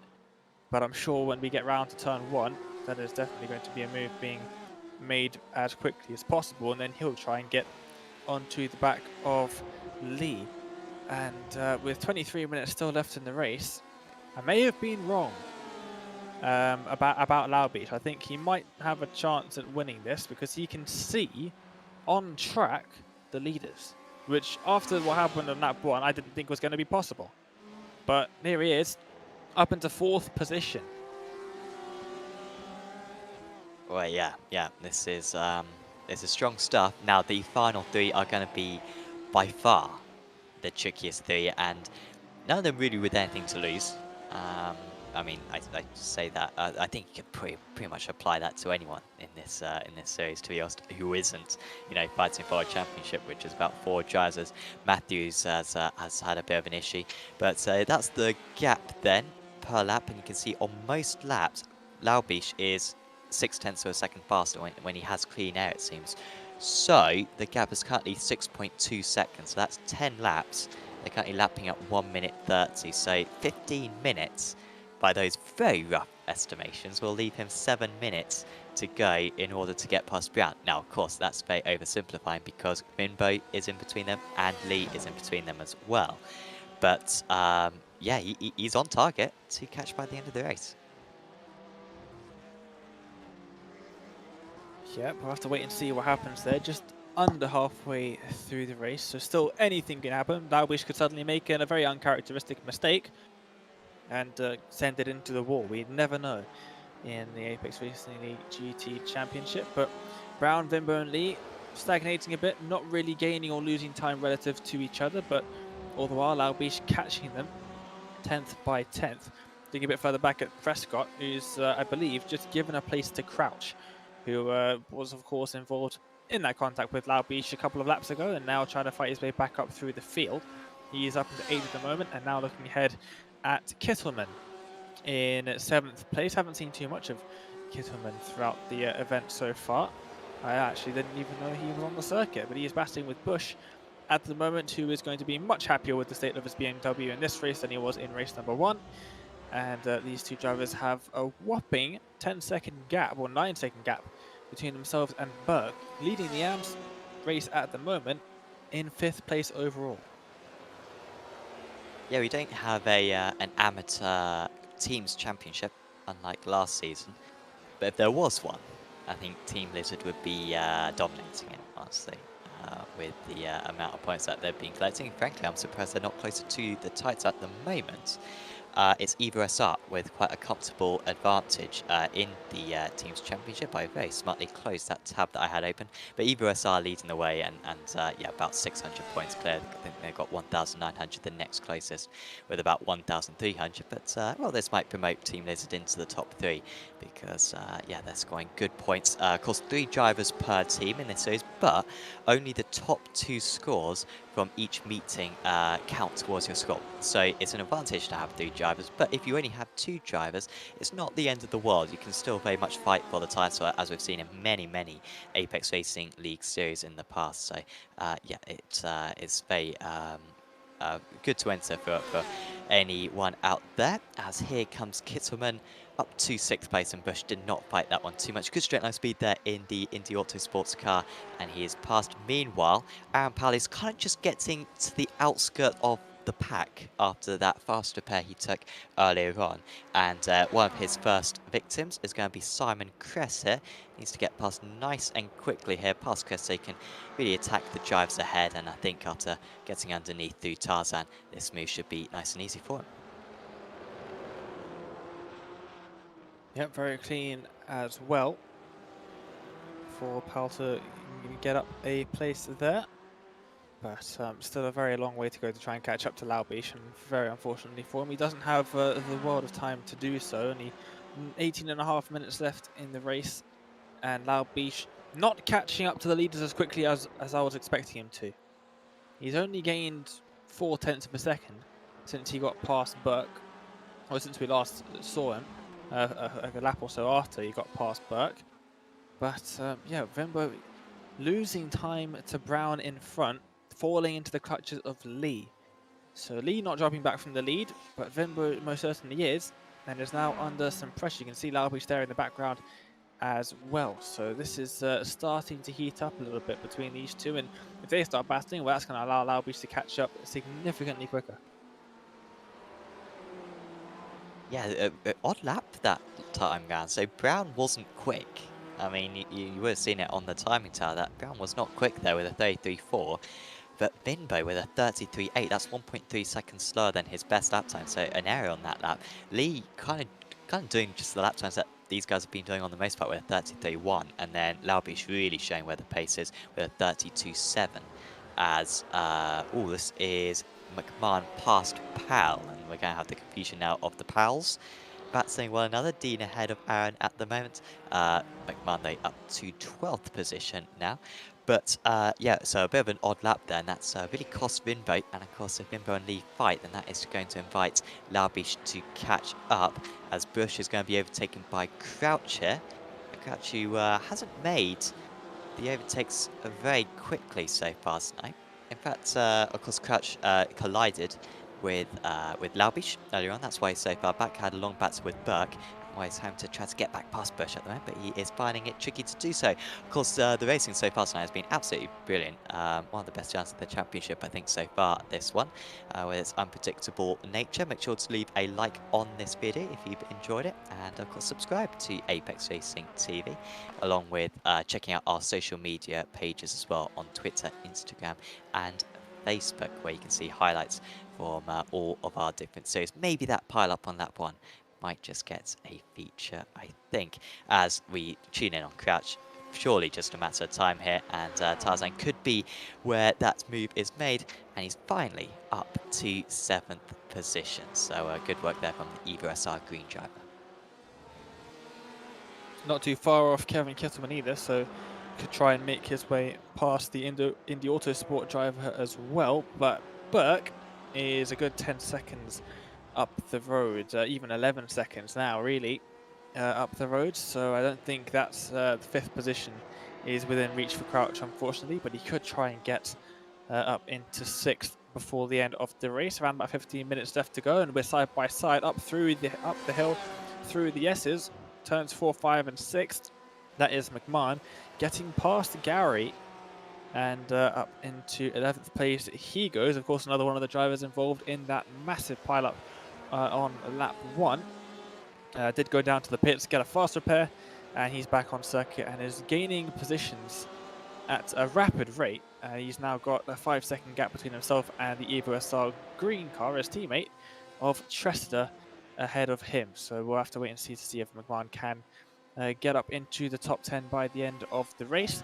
Danny Lee dropping back from Emil Vimbo ever so slightly on the last lap, possibly, and Vimbo gaining over half a second on Brown. So he's starting to pull him in. What has happened to Kittleman there? He's off the circuit. Well, I was just thinking, he's gone off at a very high-speed part of the circuit, so you can't really have a small he's crabbing round there, and you can see the damage that he's got, so really disappointing there for Kevin Kitzman.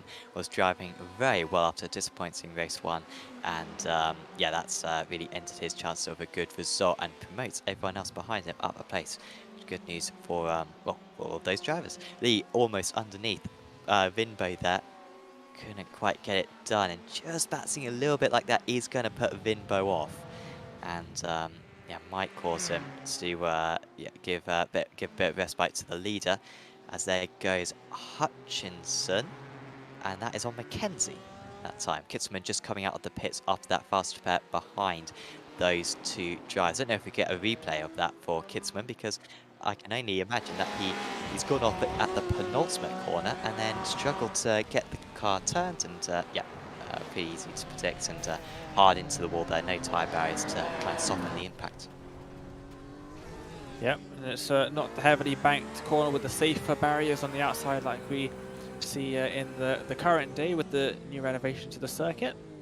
It's some grass runoff, and grass is probably the slipperiest surface on iRacing, and doesn't do much to slow the cars down before they end up in the Armco barrier that was on the outside of that particular corner. No tyre barrier in sight, so no surprise that Kittleman had to go down into the pits.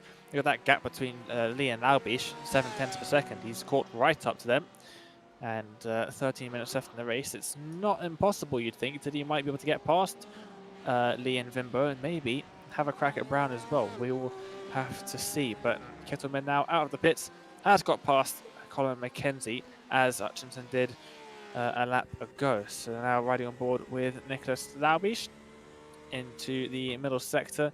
Very awkward set of corners this, at least for me. Probably one of the worst parts of any circle on the calendar, as I said before, but that's just probably because I'm not particularly great at driving through it.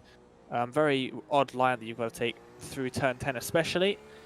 And then onto the second longest straight section of the circuit. Not really straight, not very long either.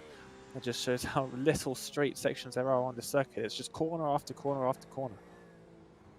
Yeah, and I forgot to mention earlier on that this is the first ever Apex Racing League GT meeting at Zandvoort, because we've never visited this circuit before because there's a 43 car limit.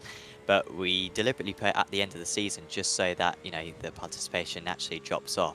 And so, of course, with 24 drivers out here tonight, it wasn't too much of a risk. So, really the first time we've ever taken these cars to this circuit. Ooh, mistake from Vinbo. He's wide, and also, I think, getting a bit held up, there was Brown. But Lee is underneath Vinbo here. Can he get the move done? We've already seen netcode around this part of the circuit before. Vinbo does an astonishing job there to get around the outside and keep that position, but they have lost about half a second through that batsing. Now Lee trying to get the drought up the hill.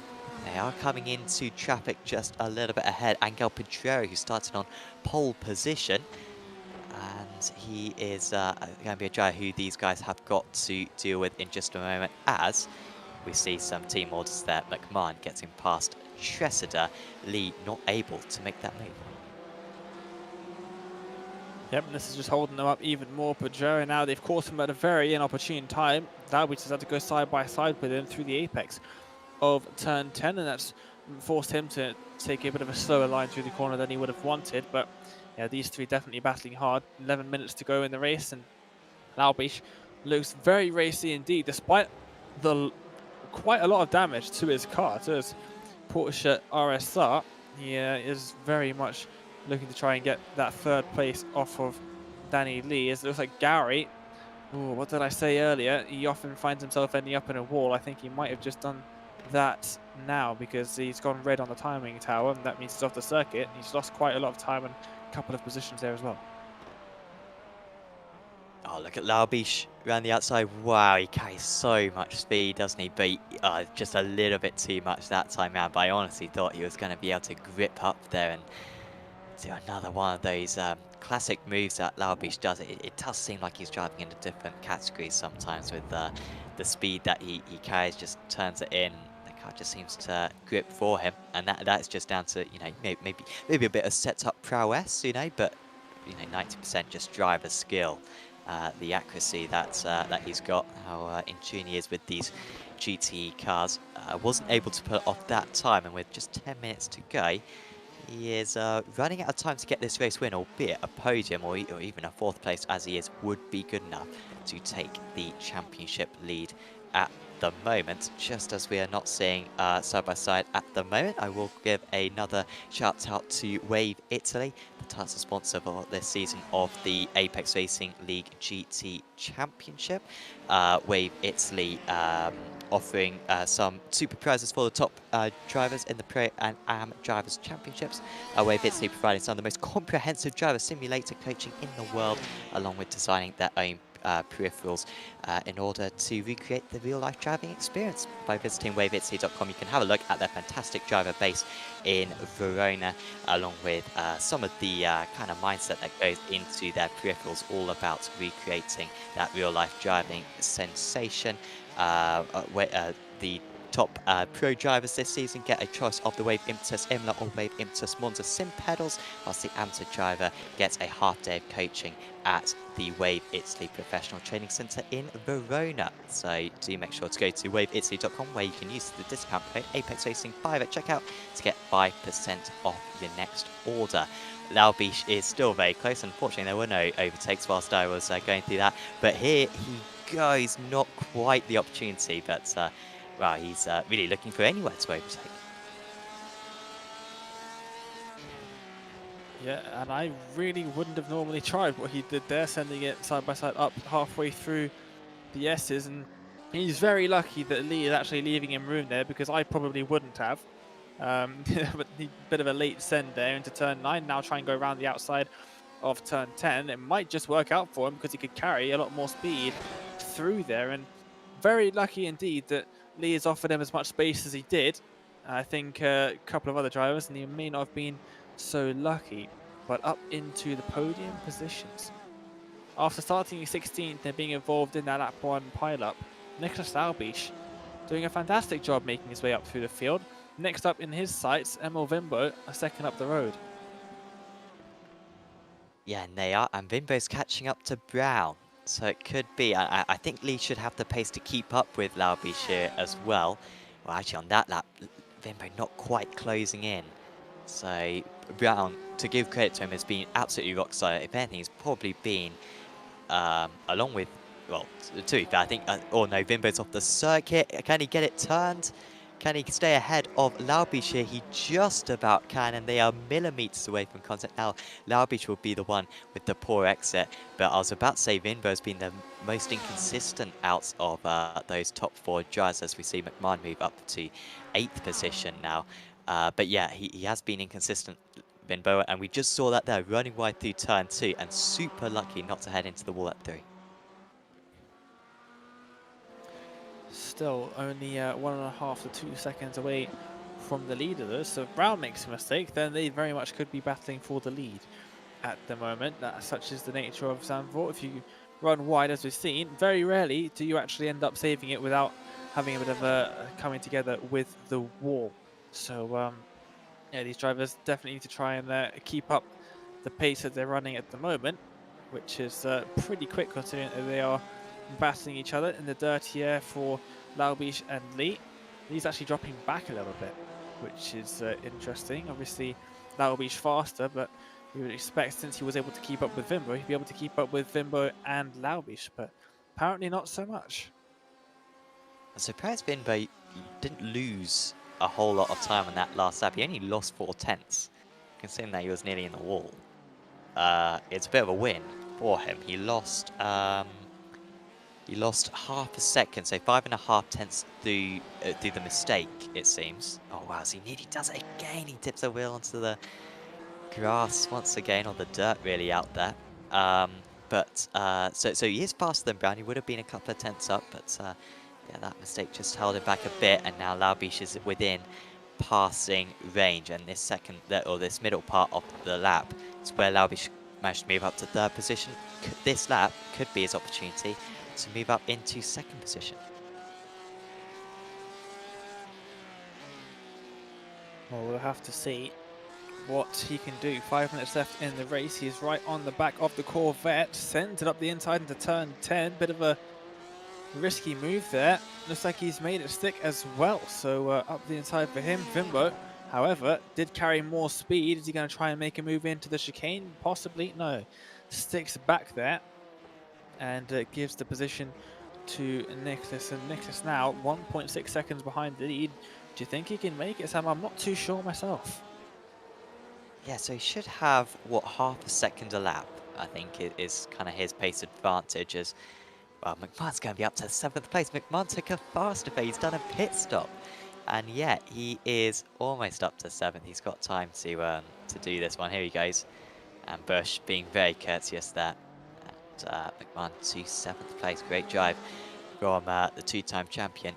Yeah, so he should catch up by about half a second a lap, shouldn't he? And he's got about 3 laps to go, get 1.5 seconds. So basically, it'll be close. And we know that you know what turn 1 is the best opportunity. But if anything, for Laubish, it seems like it's the second part of the course which is the best opportunity, where he's really got that overspeed, maybe you know, carrying a bit more downforce than his rivals. And so this is really possible. 7 tenths faster that last lap, and he's had some fairly easy doubles. This would be his most tricky race to win of the season if he could get it. Admittedly, actually, Daytona last time out was very tricky as well. But well, if he's going to win this race, he's going to have to do it on the last lap. Yeah, it definitely does look that way. Is Hutchinson now passing with the BMW of Cress, and he's not had the best couple of races tonight, has he, Hutchinson, unfortunately for him. There was a bit of damage to his car, by the way. I did go back and check at the start of the race. It wasn't a penalty, it was damage. He went to take this fast repair at the start of the race, which is odd, but yeah, I probably wouldn't have it. Hutchinson. We thought he had a penalty, but he didn't. He just went down to the pits to take a fast repair, got a bit of damage to the front of his car face. I didn't think it looked that bad, to be honest. Bad enough that he would have to take a fast repair on the first lap from the lead of the race, but he seemed to think it was. So that's a bit of a strange one, but unfortunate nonetheless. And he currently finds himself in 14th position. So what could have been really for Hutchinson, especially at Zandvoort, where it's been very tricky for drivers to be making moves. Everyone except Laubish, it seems, who just seems to be able to send it up the inside of basically any corner on the circuit and make a move stick somehow. And Brown should be very worried indeed. He is quite possibly about to lose his race lead with 2 minutes to go. I think the next lap might...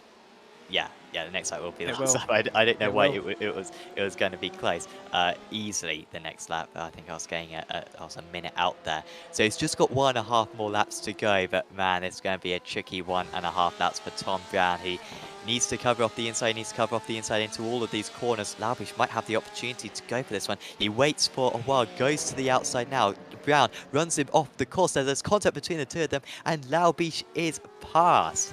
He really had to get his elbows out that time, but he carried enough speed round the outside heading into the corner, and despite Brown understeering through and really Laubish having to go off the circuit there, he kept control of the car and he takes the lead of the race with just over a lap to go, and the new championship leader is going to get another double tonight unless he really makes a mistake. Brown trying to come back, I think frustrated by that last one, but the Urano eSports driver too strong.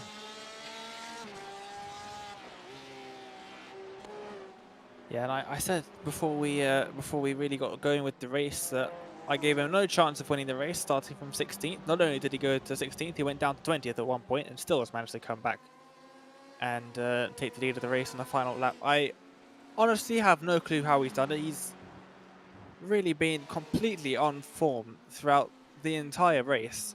He's the only person that's managed to make a move successfully outside of turn 1 in the chicane that I've seen all race without the other driver having an issue, and he's just done a fantastic job in this 40-minute race, and you can see why he's champion of season 4 and why he quite possibly could end up champion of season 5.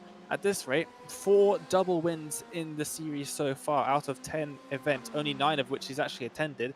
I mean, it's pretty hard for anyone else to compete with that. Yeah, and with just 2 meetings to go, he becomes the huge favourite. He came into this round 30 points behind. I'm estimating he's going to be 10 to 20 points clear heading out of it.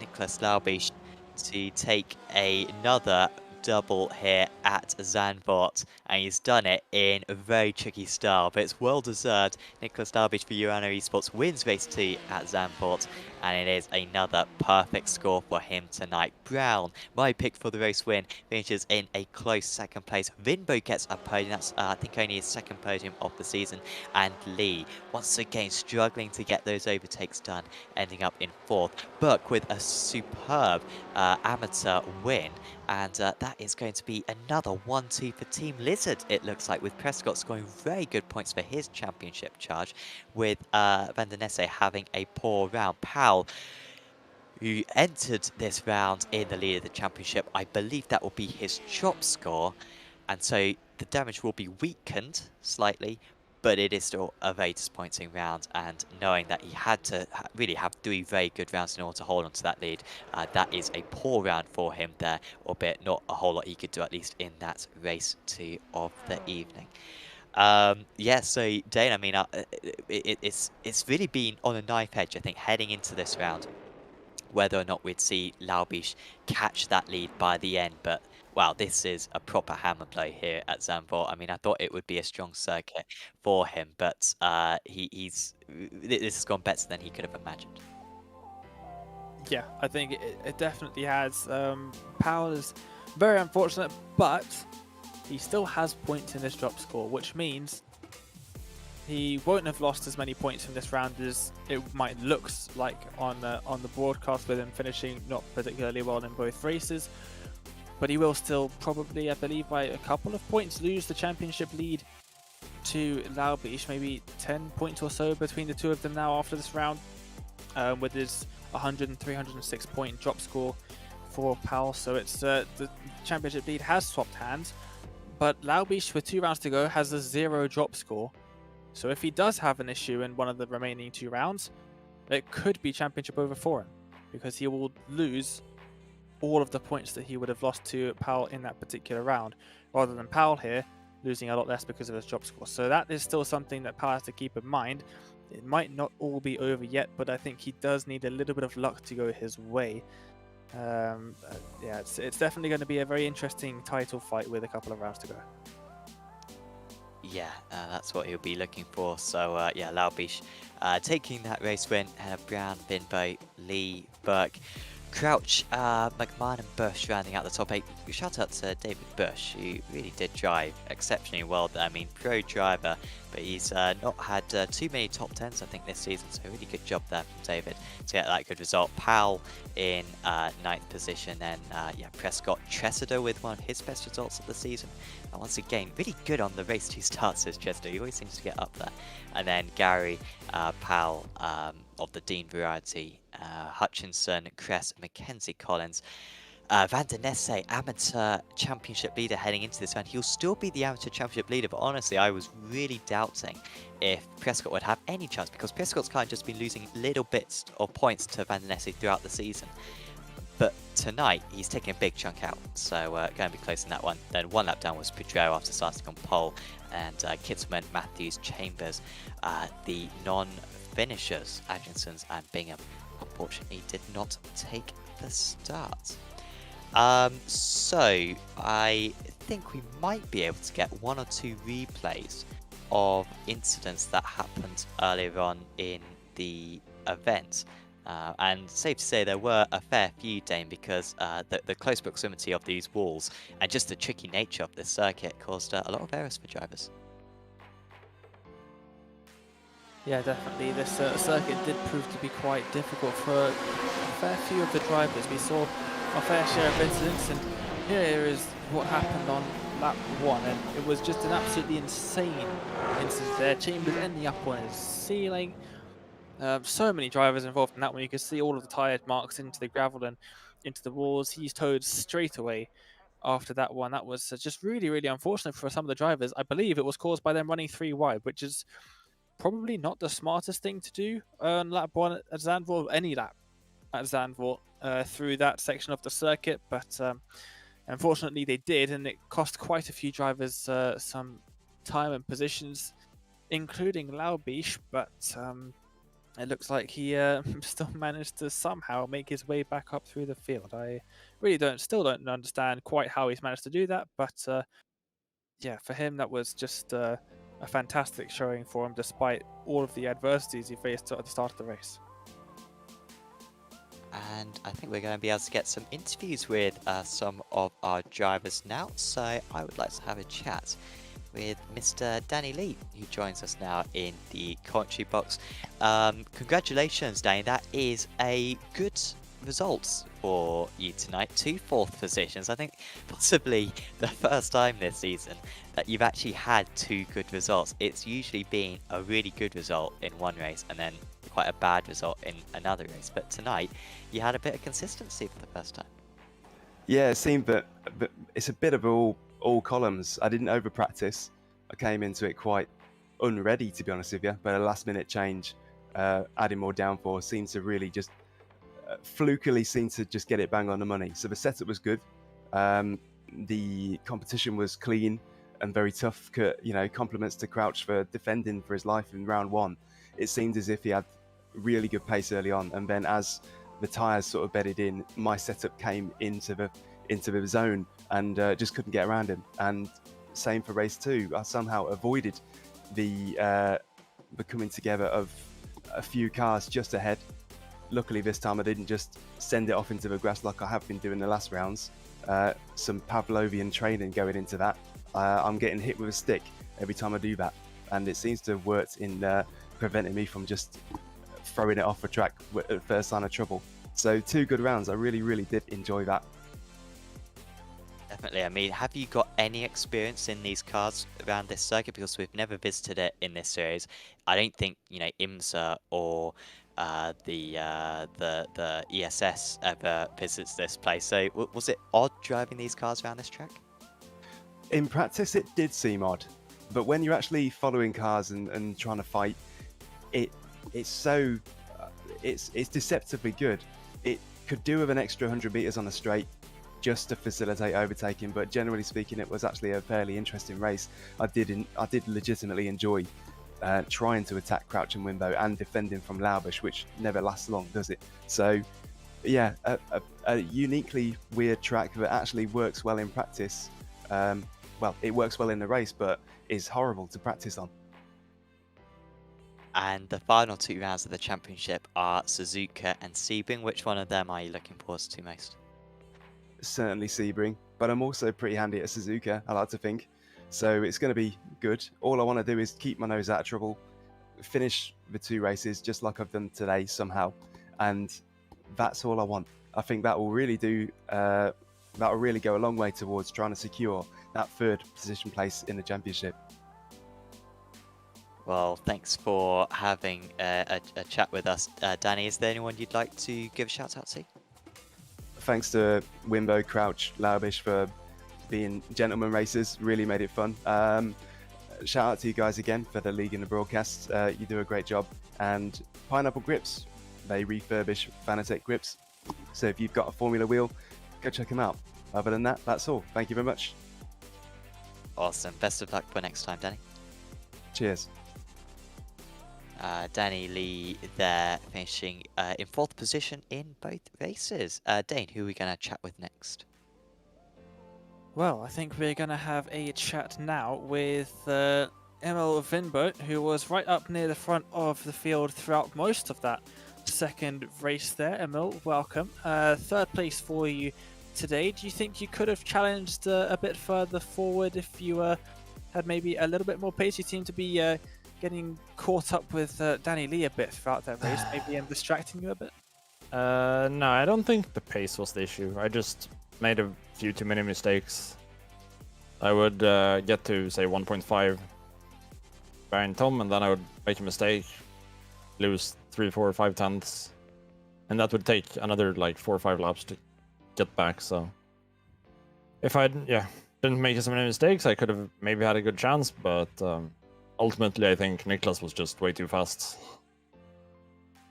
He was absolutely flying out there today. Somehow managed to gain 20 positions at Zandvoort of all places to take the win here today. Zandvoort, not the track, not a circuit that you usually find GTE cars racing around. It's probably a bit of a different experience. The fastest thing I've ever driven here was probably the Porsche Cup cars, and even they felt a bit too quick for the circuit. What are your thoughts around the circuit and the GTE cars? I think it's good fun to drive. It's quite difficult to race because the main straight isn't very long, and you can just park it in the middle of the track. No way of getting past. But yeah, high-speed stuff is quite fun, and then struggle a bit with balance. Some corners it's understeering, some corners very oversteering on entry, but overall I would say it was fun. And we were hearing from Danny last week that drivers would have been possibly taking very different options in terms of the amount of downforce that they were using on their setup. Obviously, low downforce, probably a bit easier to race and gain a bit more speed down the main straight, but then high downforce would help you in the rest of the circuit. Quite tight and twisty here. What did you sort of tend towards, high or low downforce? I don't know what others were running. I was running 9. I think Danny might have been running a bit more, because even from like starting exiting the last corner 0.4 back, it wasn't close enough going into turn 1. So yeah, I think maybe I was on the lower end compared to some people. I guess some people were even lower.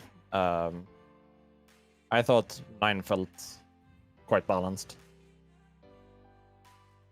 Well, heading into the last 2 rounds of the season then, we've got Suzuka and Sebring for the final 2 rounds. Out of those two, what's your favourite circuit to drive? I know you haven't got the best memories of Sebring, notably the Sebring 12 hours, but what are your thoughts heading into the final 2 rounds of the championship? I think my approach is gonna be similar to what it's been for like the past 5 rounds. I'm not really anywhere to fight for something in the championship, so just gonna go into it looking for as many points as possible, just to have fun at the front. And both Suzuka and Sebring are very fun to drive in GTEs, so should be a lot of fun.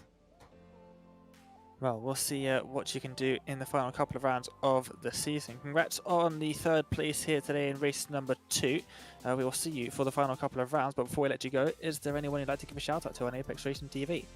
Yeah, you guys for the broadcast and the league, and then everyone at Kairos for their continued support. Well, thanks a lot, and we will see you in a week's time for the penultimate round. Yep, see you. Well, it was great to hear from 3rd place driver Emil Vembo there for Kairos competition. Sam, got a couple drivers still waiting for a quick chat. Who I think I have a bit of a hunch as to who you're going to take next. Yeah, everyone knows that I thoroughly despise Tom Brown's existence, so I'll be picking all the alternative choice. Nicholas Laubish, who joins us in the commentary box. Championship leader, Nicholas Laubish. Nicholas, you've done it again. I know you haven't won the title quite yet, but last season you're behind the whole season. Get the lead after round 11. This season you're behind the whole championship. You get the lead after round 10. What a turnaround. Yeah, this race was extremely exciting, especially also the qualifying. Unluckily, someone spun in front of me in the last corner, so therefore I lost close to 2/10 for my qualifying lap, and then Tom was in front of me, so I had to get out very quickly again to get a good lap and get podium again. Then in the first race, unluckily, I didn't know that the green is going so early, because the pace car was still in front of me and suddenly it was green, so I completely missed the start and Tom was again in front of me. But we definitely had a very good fight, and then I could get P1 again. And yeah, the second race, yeah, that was a bit chaotic, I'd say. I saw that Aaron Powell got a problem in, I think, turn 3 it was. So, of course, for me that was pretty good again for the championship title.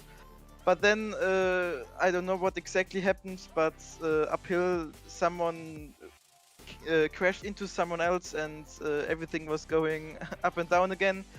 And I was also involved in that, but luckily I didn't have as much problems as other cars. And therefore I could still go for this race, and luckily I had a very close finish, but I still came out P1.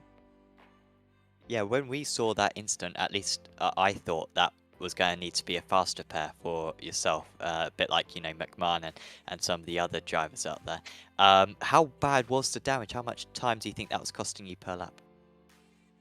If I'm honest, I have no real idea. I think I still had a bit less top speeds, and I had a bit of oversteer in some corners, and especially my tires on the left side were very hot, which you can also see now in the results. My front was close to 20% more usage than the others, so I had a lot of problems in all the right-handers in the turn in there, but the rest was still pretty fine.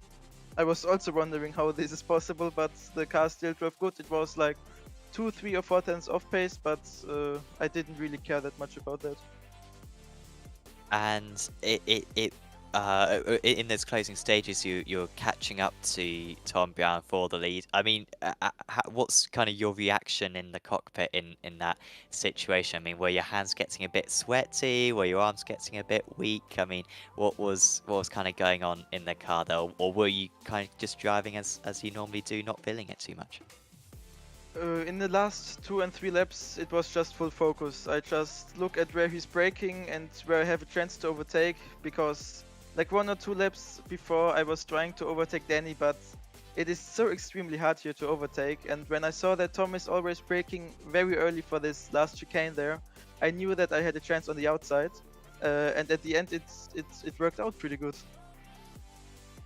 Well, congratulations on another doubler. We count that as your 4th double out of the 9 rounds you've taken part in, which is an absolutely insane record considering the big reverse grids we have in this series. Is there anyone you'd like to give a shout out to?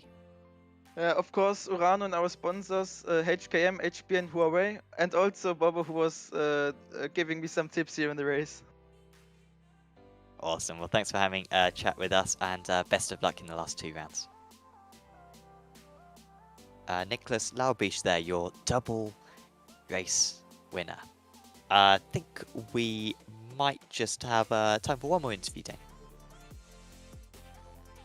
Yeah, let's get him in for a chat then. Of course, almost ended up right on the top of the podium, but it wasn't quite to be. Here in race number 2, Tom Brown joins us now, and Tom, leading most, or if not almost all, of that race there in race number 2, but losing the lead right at the very end. It must be slightly disappointing, but still probably very happy with 2nd place, I'd imagine.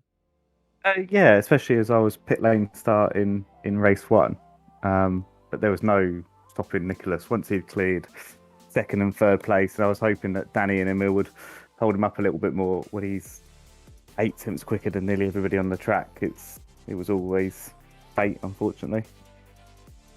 I'll have to try and see if we can get hold of some of his grip packs, I think, because he was absolutely flying out there on the circuit. But you managed to hold Emil and Danny off quite well, keeping them between 1.5 to 2 seconds behind you for most of the race.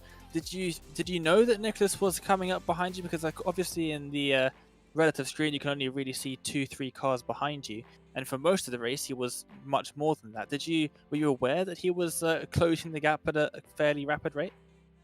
So I could see when he got into 4th, and at that point I think he was 4 seconds behind, and there was probably 15 minutes left of the race, and then it's just trying to concentrate on hitting my own marks and trying to be consistent. And I think the track's really difficult to be consistent on anyway, and you could see from the lap times between myself and Emil, some laps I'd be 2 tenths quicker than it would be the other way around. And then as soon as Nicholas cleared 2nd and 3rd, and it was a 2-second gap with 6 minutes to go, then unfortunately I just couldn't quite keep him behind. And it also helps when he overtakes off track like he did as well, doesn't it? Well, we've got a couple of rounds left of the season. 2 circuits that are probably a little bit more commonly used in GTE cars than Zandvoort is. You've got Sebring, of course, with the Sebring 12 hours, very heavily used in both the ESS and IMSA schedules. And then Sebring as well, not Sebring, Suzuka as well. 2 circuits probably more commonly used. What are your thoughts heading into the final couple of rounds? Yeah, I love Suzuka. I think it's an amazing track. I don't think I've ever done it in GTE, so that could be interesting. And Sebring was on the calendar last year, and I was okay there. So yeah, hopefully we can have a few more points and try and have a good finish of the championship. Yeah, well, let's hope so. Well, Tom, thank you so much for joining us here in the interview room for round 10 of this very long Apex Racing League GT season. 2nd place for you today. Congratulations for that. We'll see you in a week's time at Suzuka for round 11 of the series. But before we let you go, is there anyone you'd like to give a shout out to on Apex Racing TV?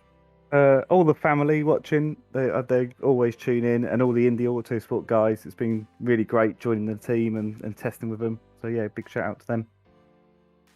Well, thanks a lot, and we will see you at Suzuka in a week's time. Perfect. Cheers. Oh, it was great to hear from Tom Brown there. 2nd place for him today, and did a pretty great job of leading most of the race right up until the very end there. Sam, that just about wraps up everyone that wanted to come and have a chat with us. So it looks like only the top 4 drivers from race 2 wanted to chat with us. Everybody else decided to leave us hanging there a bit.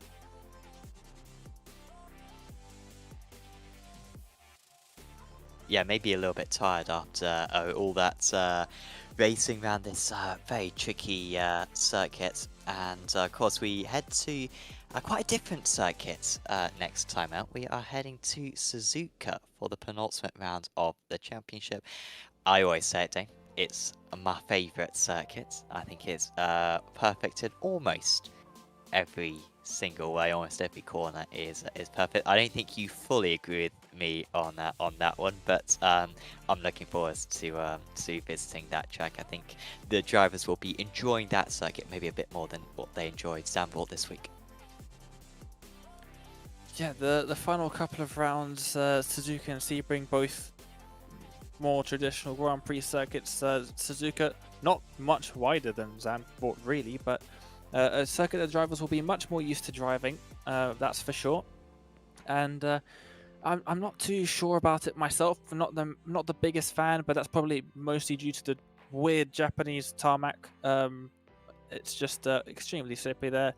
I haven't had the best races there myself, but I know a lot of drivers do love it, and a lot more than drivers that love Zandvoort, that's for sure. So they will definitely get a bit more racing at Suzuka, a couple of longer straight sections and more opportunities for drivers to go side by side than here at Zandvoort. I'm really looking forward to it. I think it will be a good round, but I'm more looking forward to Sebring.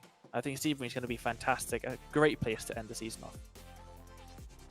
Yeah, that will be very cool. I think it might be ending in sunset time as well. So, yeah, will be quite a climax to the championship. Certainly, after tonight's results, Nicholas Larbish looking very good for the title. But it could all change around. In fact, actually, I do have the points. So just before we close out, I will just update you on the points. Larbish with an 8-point advantage heading into the last final 2 rounds. 1,046 versus 1,038. It is very evenly matched. And in the amateur championship, still Van Den Nesse leading, but that gap cutting from about 70 points to 42 points after tonight's action. So do absolutely make sure to catch the final 2 rounds of this Apex Racing League GT Championship sponsored by Wave Italy.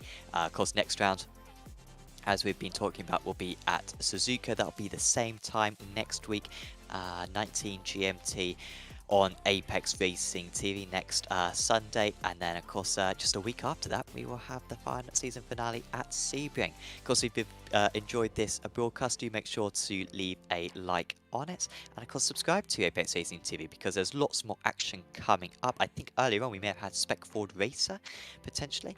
But I think we've also got Rick Motec tomorrow. We've got the return of the Formula V Championship tomorrow. I think we've got GT3 Pro Trophy on Tuesday. We've got Radicals on Wednesday. Then we've got NASCAR on Thursdays and a whole lot more as well on Apex Racing 2. So make sure to subscribe and you can check out all of our streams. If you click the notification button, you can get notified whenever we go live with a broadcast. Also, of course, check out our Twitter, Instagram and Facebook pages for highlights for everything that's going on Apex Racing TV.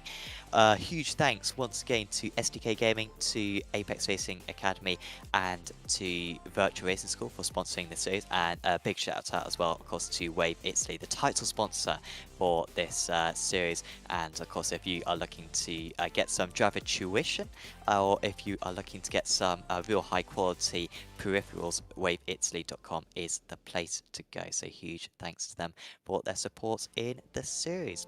But for now, from myself, Sam Fitzpatrick, from Dane Baird, and from the whole production team here at Apex Racing TV, we are going to say goodbye, and we will see you next time out at Suzuka. See you then.